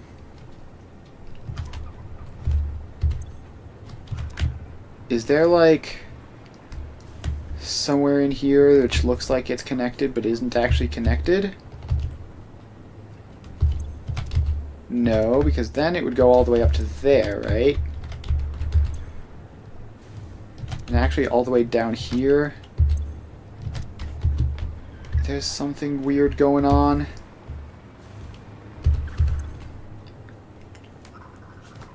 Something weird is going on, and I don't like it.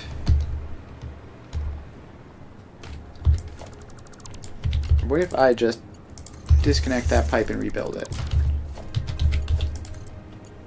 Disconnect that pipe and rebuild it. Does that do anything? Okay. I've seen like the tiniest percentage of water show up in it. Is it like too much head lift from there to here? Because that could explain why these are like partially filled up like that. If I just... Okay. Now that I've done that, you guys are working again. And we're all back to normal. So this now is functional all the way up to here. So we just need to go up and get these guys all snapped in. And then find a power pole for them, like you. Okay, now I don't know why it won't let me like deliberately place these as higher tier wall holes. Like you can't automatically upgrade them, it just does weird stuff instead. So we're just gonna do that. So now all of these guys are pumping. And we're gonna just continue going up.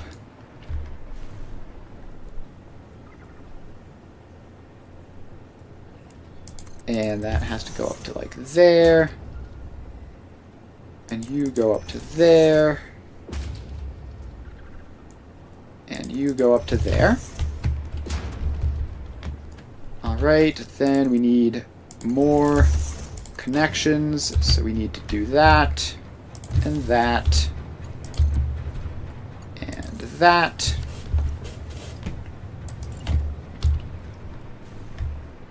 So then this goes all the way up to here. And lag spike. Alright, so that is up. And we just need to keep on doing this full game until we are up to the top. Which we're going to be about halfway up at this point with this last pump. these go up there. And let's see here. So we've got this power line here, which goes out to there. And then we connect it into there, and there, and one more. Okay, it says they're not connected up properly because this didn't connect back to this. Alright, there we go. So that should get all the way across this stretch, and then we just need to fill in a couple more of these auto-connect flubs, and then do the last little bit of pumping. And why can't I? There's a dead zone in there. Yeah, okay, so that's what happened. So this needs to connect up to that, and then down to that, and then we shouldn't have a dead zone anymore.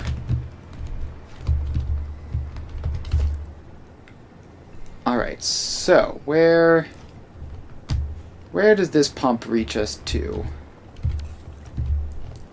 And why are these... Okay, they're just getting warmed up, I guess. This one seems like it's doing a lot better, and it's further ahead for some reason. Not sure why. I really do hope that these pipes are going to function properly, and we're not going to have weird problems.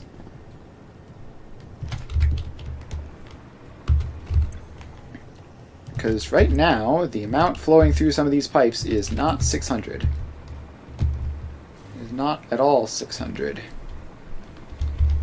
And that might just be because of this top one being weird. Alright, so your head lift is at 50s. These two are showing head lift in like the 14s for some unknown reason.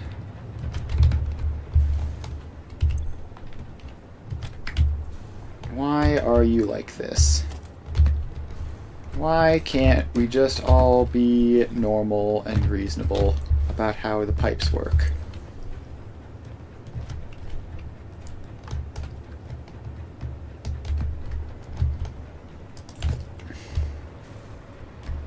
Alright, let's just try building it and see what happens. So the center one...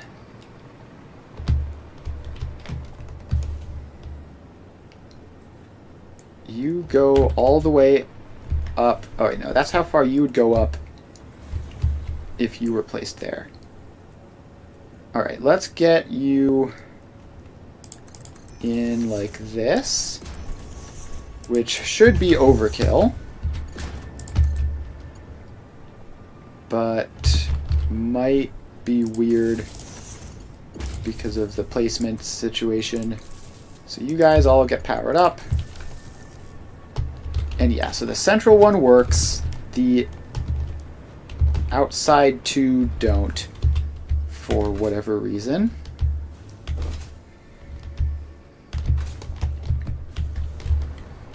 So you are still not showing the correct head lift. How about I dismantle you and reconnect? So what happens if I do that? Your head lift is still showing as 13 point something. And it's not going up. So you are head lift of 30 some. And yeah, so these two external ones are not functioning properly. What if we drop down to here? You have a head lift of 50.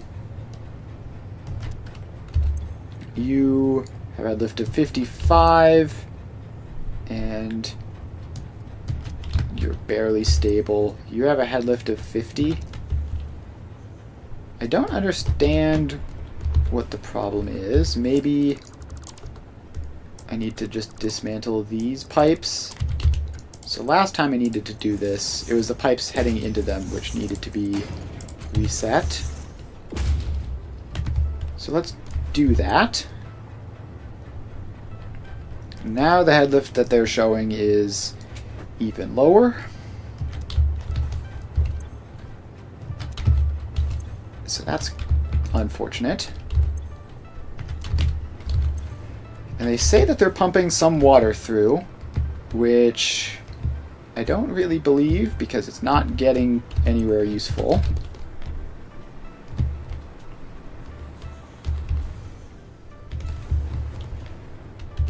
So, why is that? What if I just dismantle you entirely? And then retry. Okay, what if I even give you a little bit of breathing room on the head lift from the previous one? Just in case that helps. Alright, you are maybe doing something. The head lift is creeping up, which is sometimes what happens, I think, when it's working properly, but the flow rate is still abysmal, so the flow rate is definitely not it. So what if we drop down to you?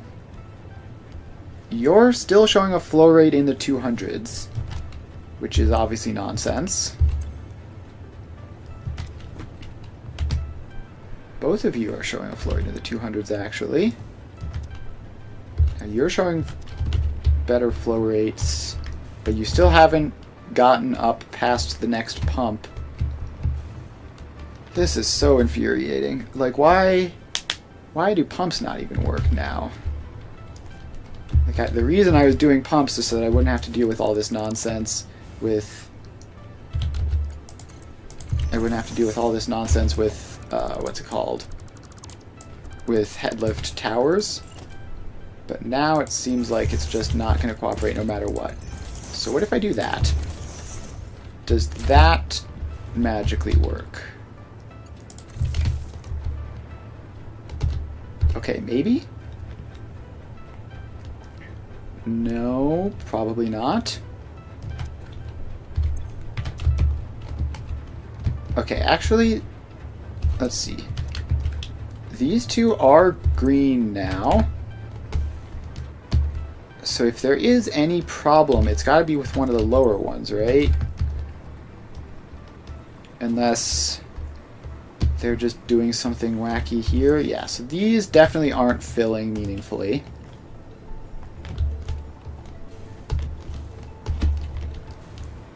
So, in order to get that to happen, we need to figure out where this starts. So you're showing a head lift of like 30 some. As are you. You're showing 50. So why do you guys think the head lift is a lot lower than it is? What if I just disconnect a random pipe in there and rebuild it? So you are having your head lift not even make it up here now. Alright, so that is... I guess that means that the problem must be lower than this.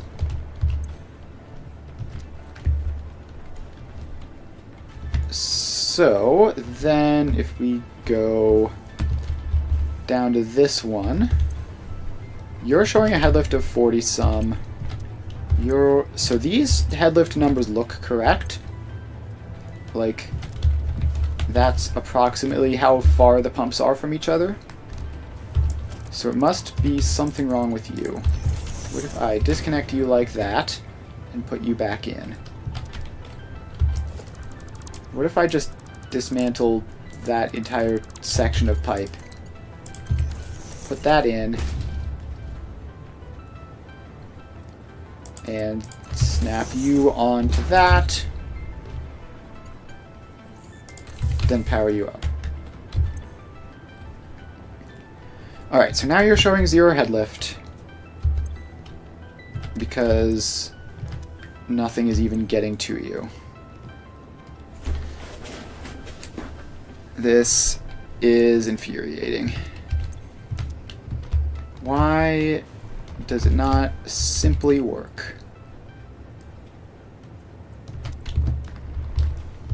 So let's just drop all the way down to this bottom level. And I don't know, man, maybe if we just like... What if we just have like Mark 1 pumps here? Just for no reason. If this works, I'm going to scream. If this fixes any problem at all, it's complete nonsense. Also, are the trains broken again? No, that's just the... Oh wait, no. The trains are somehow still broken. Oh, this is ridiculous. Okay, wait. It seems like that did actually work. So all these guys are pumping 600 a minute up, which means that for some absolutely unknowable reason, that those pumps in there were suddenly needed. Alright, well, I guess that's fine. I guess we can work with that. So now we go over this way, and we have this. So we can go up here, get these guys connected up, and then we just keep powering them.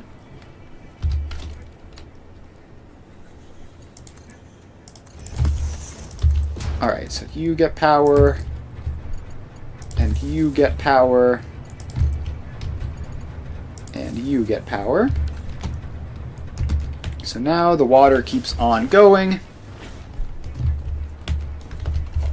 and it's realistically just going to be a couple more of these.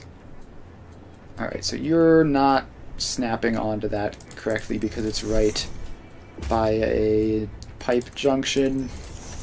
So we're just going to have you guys be just below the maximum. And then we get the power line, and we connect you all up. 1, 2, and 3. Alright. Just like one more, probably. This is probably going to be the last one. 1, 2, and 3. And now we power you up. So we grab from this power line, bring it down a little bit, and then we just connect, and connect. And that is water up into this area. Should be enough head lift for the entire system. So, that is that. And we do see some of these guys starting up. And I guess now will be the moment of truth for this. And we're already getting aluminum scrap out of the first couple. It's because this works real fast. And then it's just going to be a question of whether it all works at 100% or not. And this first one should theoretically get there pretty quickly because the water is just being fed directly from those. So the water is going here and here. I don't know why you're at 98% and you're at 100. I actually don't know why You get more water than you do. But it's probably some weird thing to do with the direction of the junctions or something.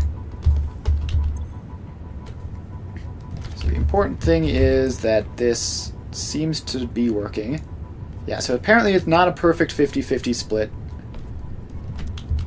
But it should be nearly enough to get that all running. And then we have our aluminum ingots going out. Alright, so let's get speed trackers on all of these. Or throughput monitors. So you,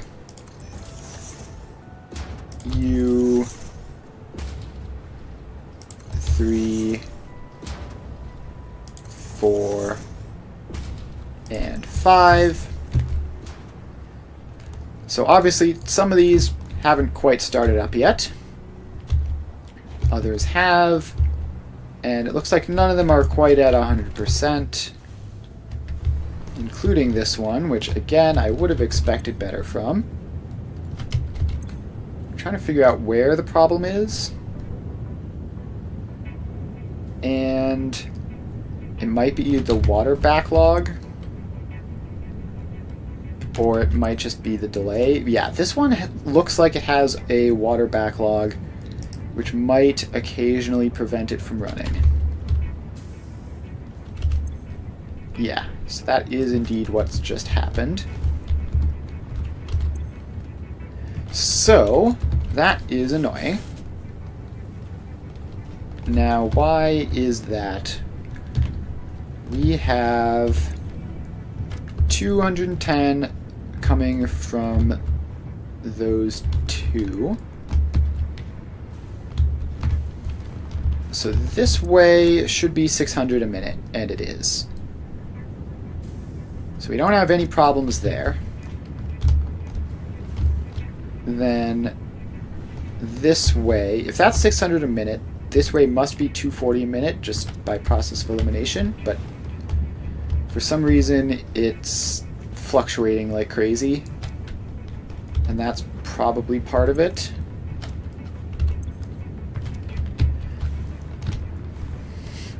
So these guys aren't running because of a lack of water, and they don't have water. So these first two obviously have enough water. It's these ones, which are the first ones to do the loop back, which should be getting water but aren't. And they should be getting their water from back here, which includes themselves and a bunch of other places actually. So I don't know, maybe it will just take some time to warm up, because okay, that one, which was at 85%, its water is now almost empty, so that should be good. Yeah, it might just be that it's taking a while to warm up, which would not at all be surprising.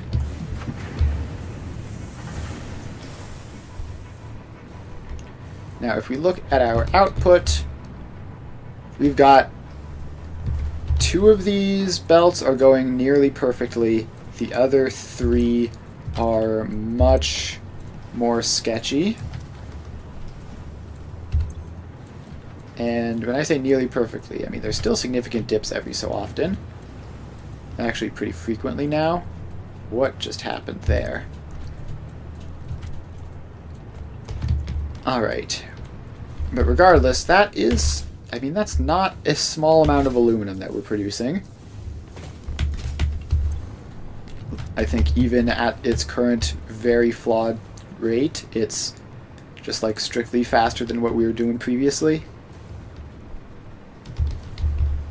Right? Every single one of these is above 780, which was our max last time.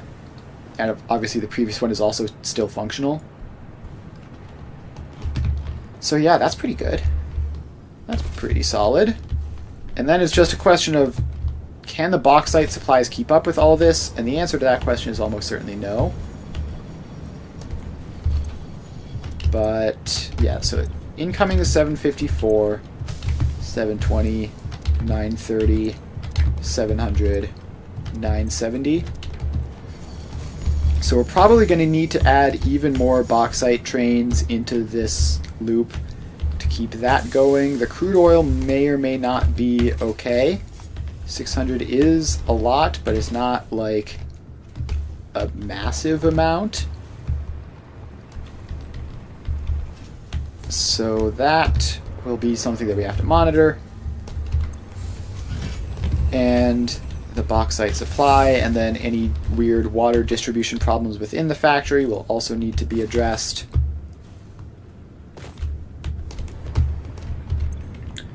But I think that's pretty good. I mean, it's close enough, right? We only technically needed like an additional 300 aluminum for our plutonium factory.